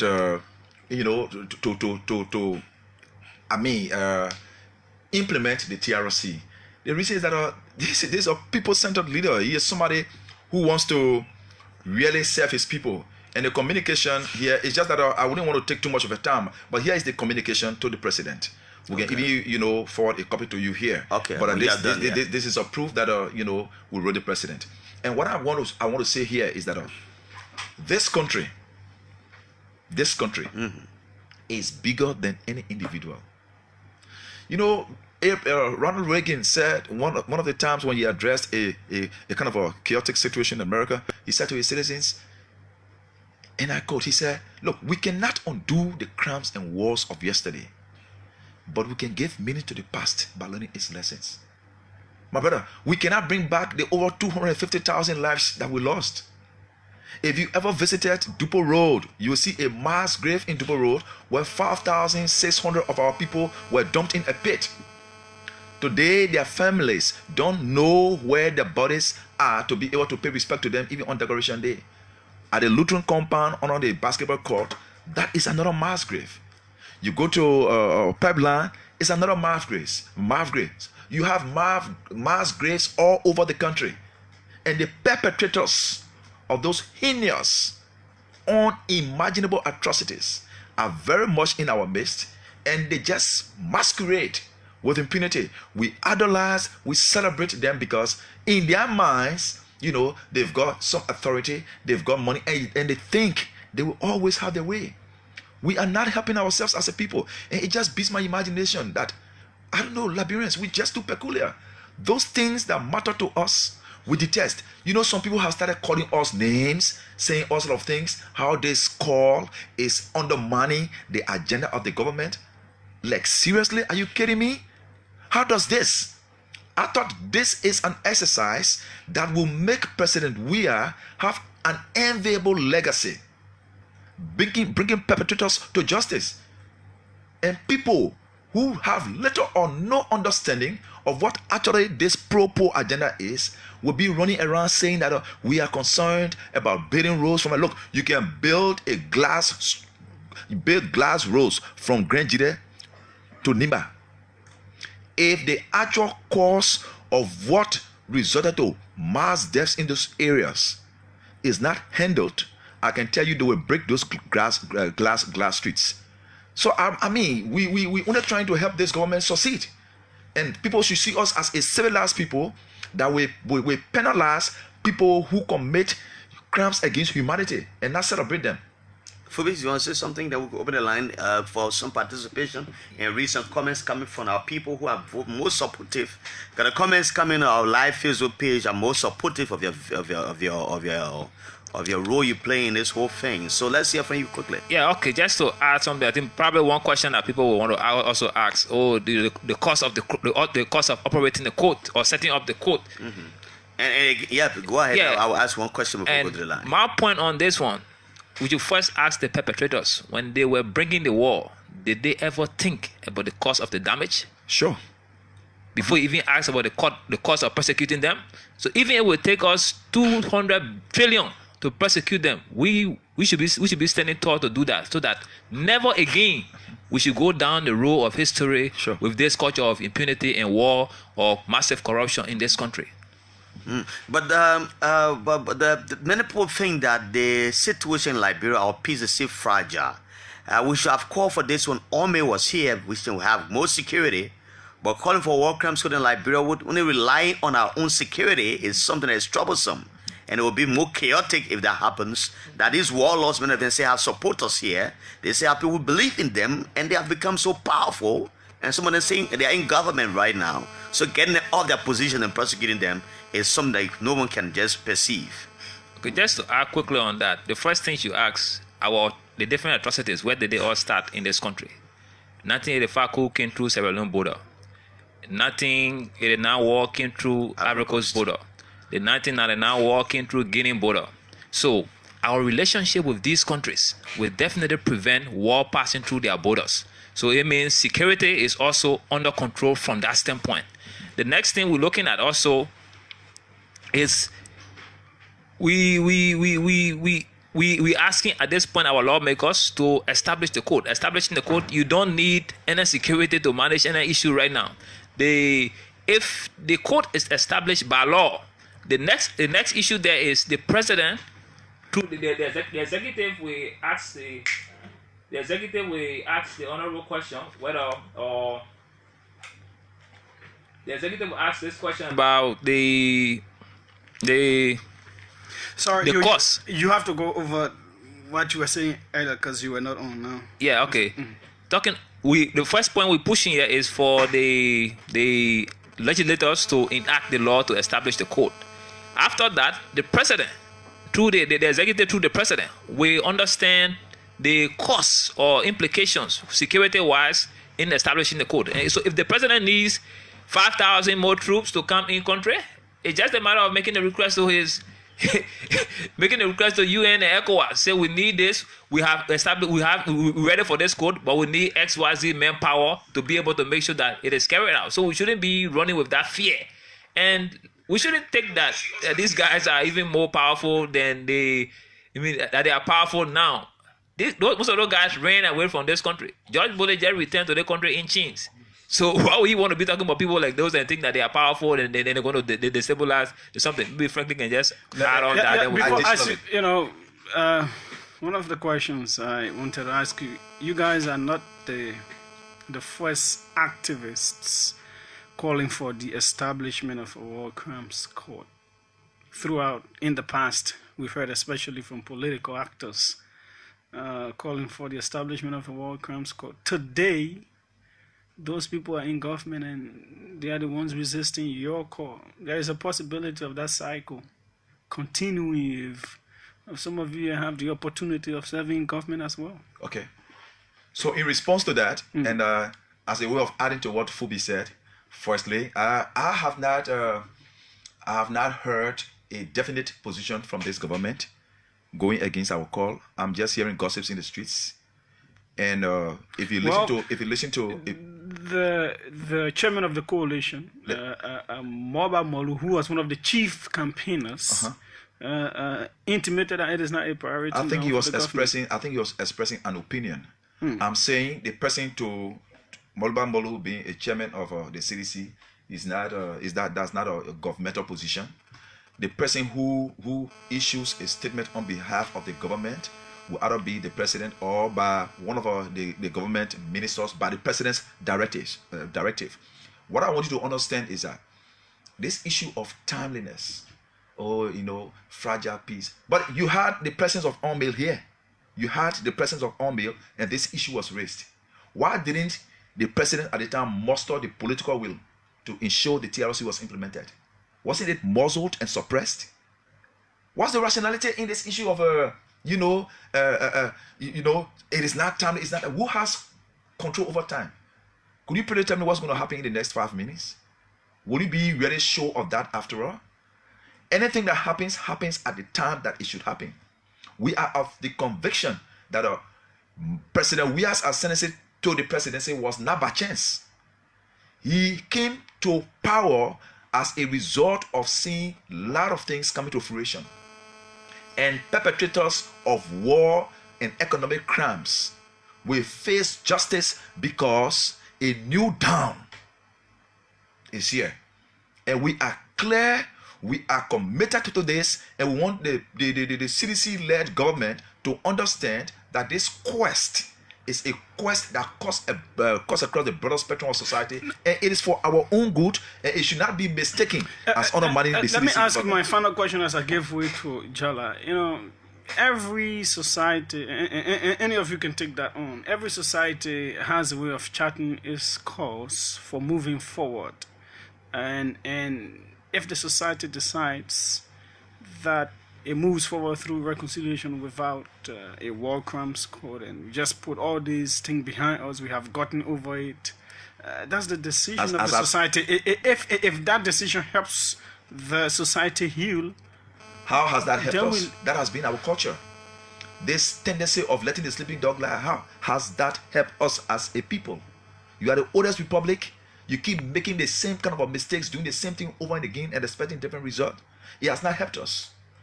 If the people of Liberia will be given a chance to speak their mind, I'll tell you, Julius, they will say in a resounding tone that perpetrators of economic and war crimes must be made to account for the deeds. The few persons that are eluding, that are just evading this call, are the ones that don't mean well for this country. I refer to them as sadists. And the good people in this country are more than the bad ones. Be not be deceived. This is just little propaganda, and we know some of them claiming, they are afraid of reprisals. If you arrest Mr. X, his followers, are you kidding me? When the country approves of a war and economic crimes code, who are you when they order your arrest? Those are just toothless bulldogs that are giving the impression to the Liberian people that they are still powerful. When they had the guns in their hands, that is when they were. They are just paper tigers, is how I will refer to them. And right now, the decision to establish the code is now with the executive. So any executive official speaking from out of nowhere is just blowing air, But this is a decision of the lawmakers, and they are going to implement the war crimes code through the amended as per Article 34E. Okay, we are here on the OK Morning Rush Hour, hosting two of Liberia's now leading campaigners for the establishment of a war and economic crimes court in Liberia. According to statistics, almost 250,000 people lost their lives, millions, if not billions of dollars worth of property destroyed. The entire fabric of the nation was shredded, but we're entering the 12th year of sustained peace. They are calling for the establishment of a war crimes court. Others are saying no, but we have not heard a leading voice that actually says no. We're waiting to hear that voice and see if we can organize a debate between a leading voice that will say no to the establishment of a war crimes court, or that it is not of significance now. We want that leading voice so that we can pair them. You'll not get one. No, well, you cannot say that. So that's it. We go to the lines on 0809393950777. Let's take this one. Okay, you're going off. So let's come right here. Good morning. Welcome. Good morning, Julius. Good morning. Go ahead. Let's hear you. Thank you, Julius. My name is Sam Walker, and I speak to you from Central Monrovia. Let me say hi to the gentleman in studio. You see, Julius, I think even though we against people who committed crimes in this country, but moving forward, I think as a country, we need to move on a rightful trajectory. We need to forget about these things, because back in 2005, when we advocated around here about the establishment of the war crime court, there were people who went against us and they said that backward should be backward. And so people, because people went against you, so you succumbed your desire. I'm coming. People said that reconciliation should be the hallmark, and we accepted that. People reconciled, and we reconciled around here. Does reconciliation mean absence of justice? Yeah, but in terms of reconciliation, you forget about what happened to you in the past, and because you reconcile, the people are reconciled now. But what happened to you in the past. Aren't you aware? Move ahead. Aren't you aware that you could do something to me? For example, steal from me, and I know that you stole from me. I can reconcile with you, but the law can still take its course against you, and you go behind bars for what you stole. Yeah, but if I steal from you and I steal from you, or Julius, you come to me and say, oh, but what is this one? I'll go to Julius, this what I did, and okay, thanks. It with me if I want to, extend that. Thank you very much. You are one of those who say, let's leave this war crimes court thing. Good morning, welcome. Good morning, go ahead, let's hear you. I call from 540. You say your name is? Danuwali Pay. Okay, go ahead, Danuwali. My brother, it's very important to establish the war crime court. It is very cardinal in the country here. So, my brother, we do the citizens of the country here will be the cause of the war crime court to fail. I will not work in the country. Because we know very well that these guys are warlords. And we continue to elect them. We continue to advocate for them to take steps forward. And the area that we are putting them, where to help to even stop the war crime court from going on. We are trying to put them in the legislature. And the war crime court is not about the president, it's about the legislature. You're just supposed to sign this paper. Even if the president signs, it is according to the legislature, they have procedural error. They are just crying for war crimes. They didn't know what to do. They didn't know. They're just crying, but they have no idea what they're supposed to do. That's what Dr. Chambers was saying. Thank you. Anyway, let's take this one. Good morning. Welcome. Good morning, Julius, and good morning to Jallah and your guest. Yeah, go ahead. Yeah, thank you. My name is Peter Kesseri, and I join you from Thinker this morning. And thank you for affording me the time.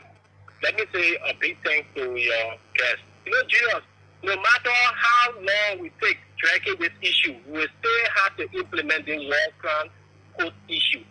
The people in Sierra Leone did it, Julius. They are done, and they're moving on with their lives. Why should we keep dragging something that we know those individuals are stuck in their closet and playing the war? They can destroy our future. Some of us are banned and moving on with our life with 2-3 PhD, but we still dragging beyond one undergraduate degree. Should we allow them to be a millionaire and Ryan overnight and be classic? My man, I was saying the war finish you. If you stay dragging me, on a graduate, I own you, huh? No, remember some of us, our parents are working for, like my father was working for the Bowman company, and now the company is no longer around. Why do you expect me to get money for to send me to school, Gino? That's the issue. You're not married. Mama, you got smart in now.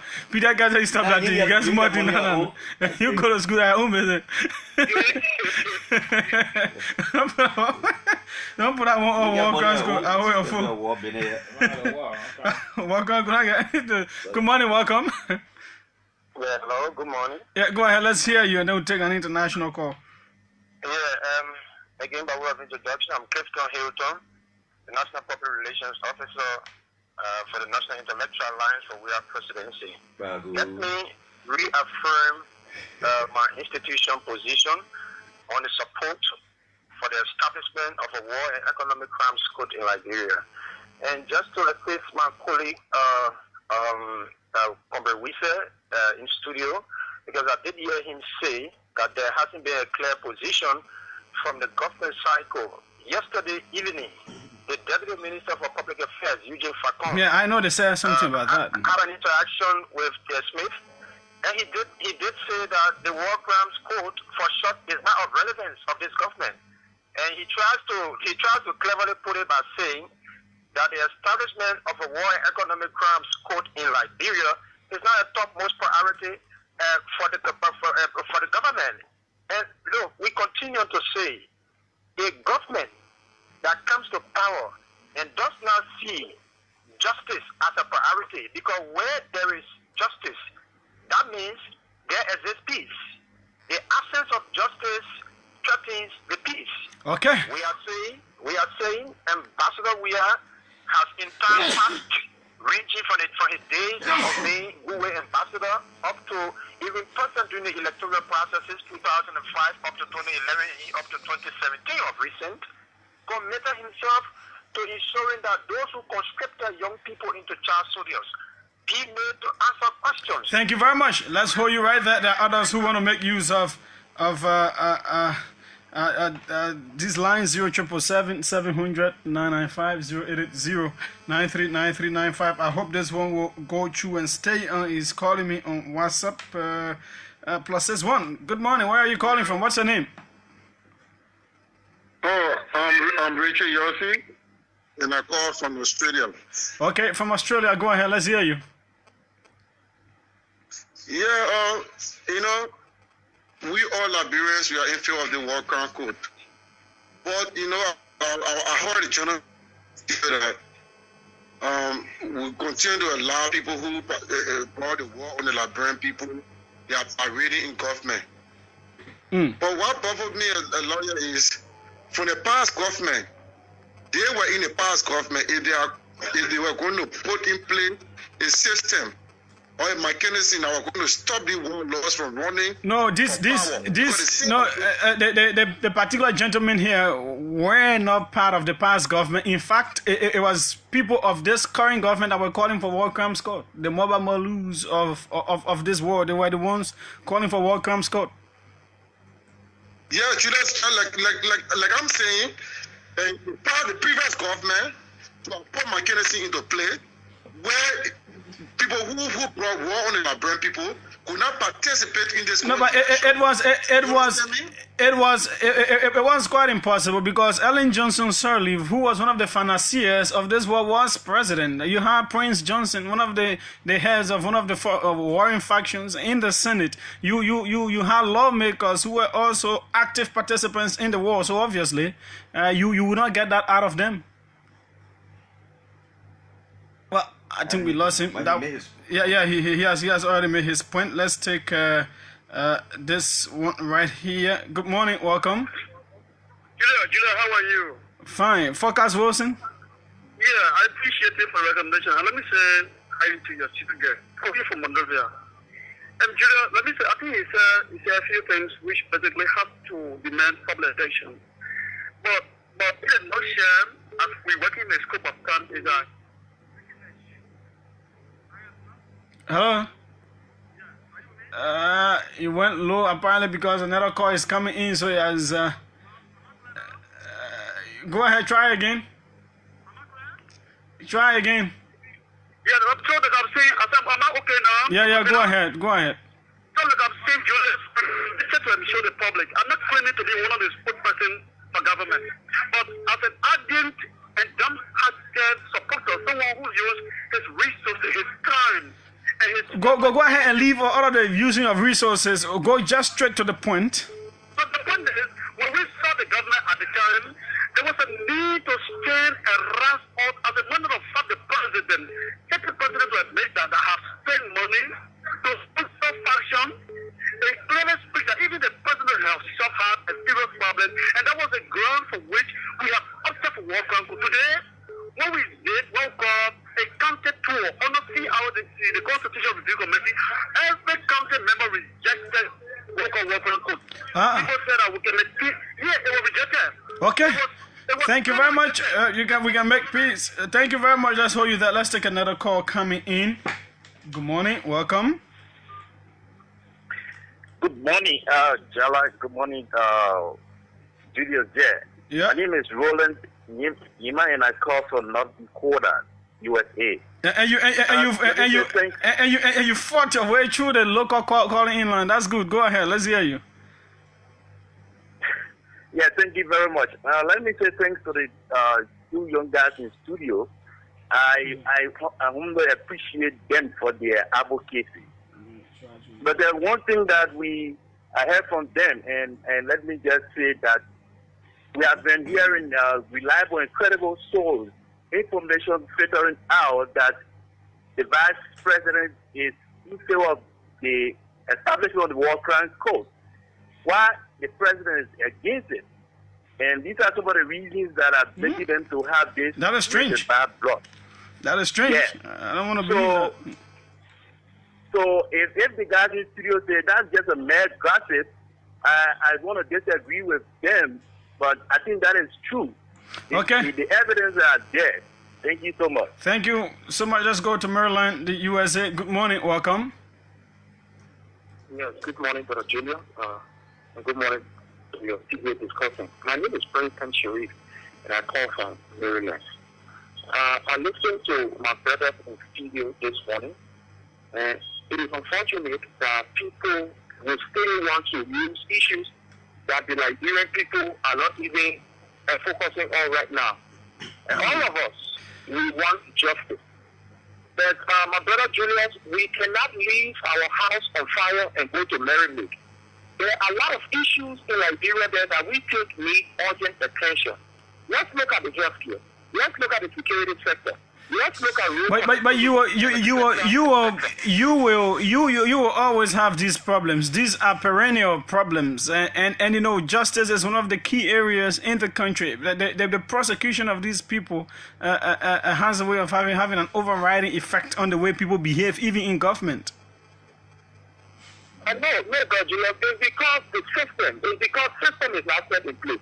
Like as you rightly said, we will always have this issue. You are right. But for now, it is a pressing issue. You know that the issue of even unemployment is also a security threat. That alone is sufficient enough to be able to plunge our people back into chaos. You know that the issue of road connectivities without road, you know that it is a serious problem. That it is. And so if I'm getting you right, you are against the establishment of a war crimes code now. Right now, that's what we are saying. Right now. Okay, then when the war has been over since 12 years. When you want for all of the major actors to die first before? No, brother. We don't want it, but the first thing is. But the more the war council doesn't count. Most of people, So how you do with them when the people die? Then you change their graves. When you start the war crimes go and they turn old and die, then you change their graves. Let's. The calls. We are out of time. Wow. Okay, we'll come back to you, gentlemen. But why you guys are campaigning for war crimes when you didn't know what to do? You carry a petition on Capitol Hill. No. That was not directed at anybody. We didn't want to come down hard on the speaker, right? So we decided you couldn't even hold in contempt. We didn't want to come down hard on the speaker for his pronouncement or rejection of the stuff. So we respectfully resubmitted. Okay. Just the cover page. The speaker was wrong to even make that statement. Yeah. The speaker before even being speaker, we have led 5 different petitions to the Capitol building, and he was even present and received one of them. He didn't make mention of that, so he shouldn't even come with that statement. If you are trying to buy time, he can say that, but he cannot say we're wrong for the way we did it. Can I just squeeze in Eugene Fagan, since he was mentioned? Okay, that of course he said that the government doesn't consider it a priority. Mr. Fagan, good morning, welcome. Thank you very much, and thank you for having such a wonderful show. We continue, like I did on Smith Truby's show yesterday, to correct the idea that the government does not consider it a priority. No, we said it's one of the priorities, except that it's not at the top of the list. Do I make myself clear? Certainly. Now, and Front Page quoted us correctly. I want to give thumbs up and I want to say thank you to Front Page Africa because they quoted me correctly. That, at the end of the day, what I want to say, the reason why I call, I'm thankful that Phoebe and my brother Franklin we said now have proven to the Liberian people that we are on the right course and the right path. Why do I say so? They're saying that they're going to the legislature, hoping that they will come up with this war crimes court, which will entail cost. You just don't form a court, you don't appoint judges, you don't build one, you don't furnish one, you don't pay for one, you don't do anything. It all entails money. And what we said is that for now, it is not at the top of the list of our priorities. So I'm happy they've just supported our argument that we have priorities in this country. And amongst them, the TRC report or recommendation is one of them. Except that it is not at the top of the list. They have come up clearly today to support the argument and they will require funding to establish a war crimes court. So we have to go through the legislature and we have to pay for it. Okay, so a pregnant woman dying and last time she was taken over our country and then decide to do something, we have priorities. It's one of them. Except that it's not at the top of the list. So what I'm getting from you, it is because of the lack of funding or because you have a small envelope to operate in. So what if you have international partners who are willing to financially support a war crimes court? That is why the government of Liberia have not taken a definitive position for or against. All the government have done is look at priorities. Thank you. Let me give you an example. We're not going to sugarcoat anything here. The chief investigator for the war crimes court, who happened to be Alan White. So, at the time, Kennedy Prince Johnson from here to Accra, are you suggesting you don't know that story? Okay. Thank you very much. Let us go back to our studio guys. We'll just give you 1 minute each now. Time is already. Yes, let me just handle that.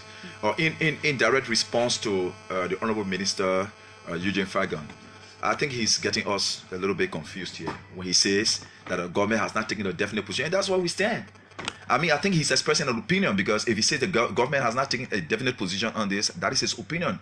And opinions are like noses. Everybody has one. I think he has expressed his.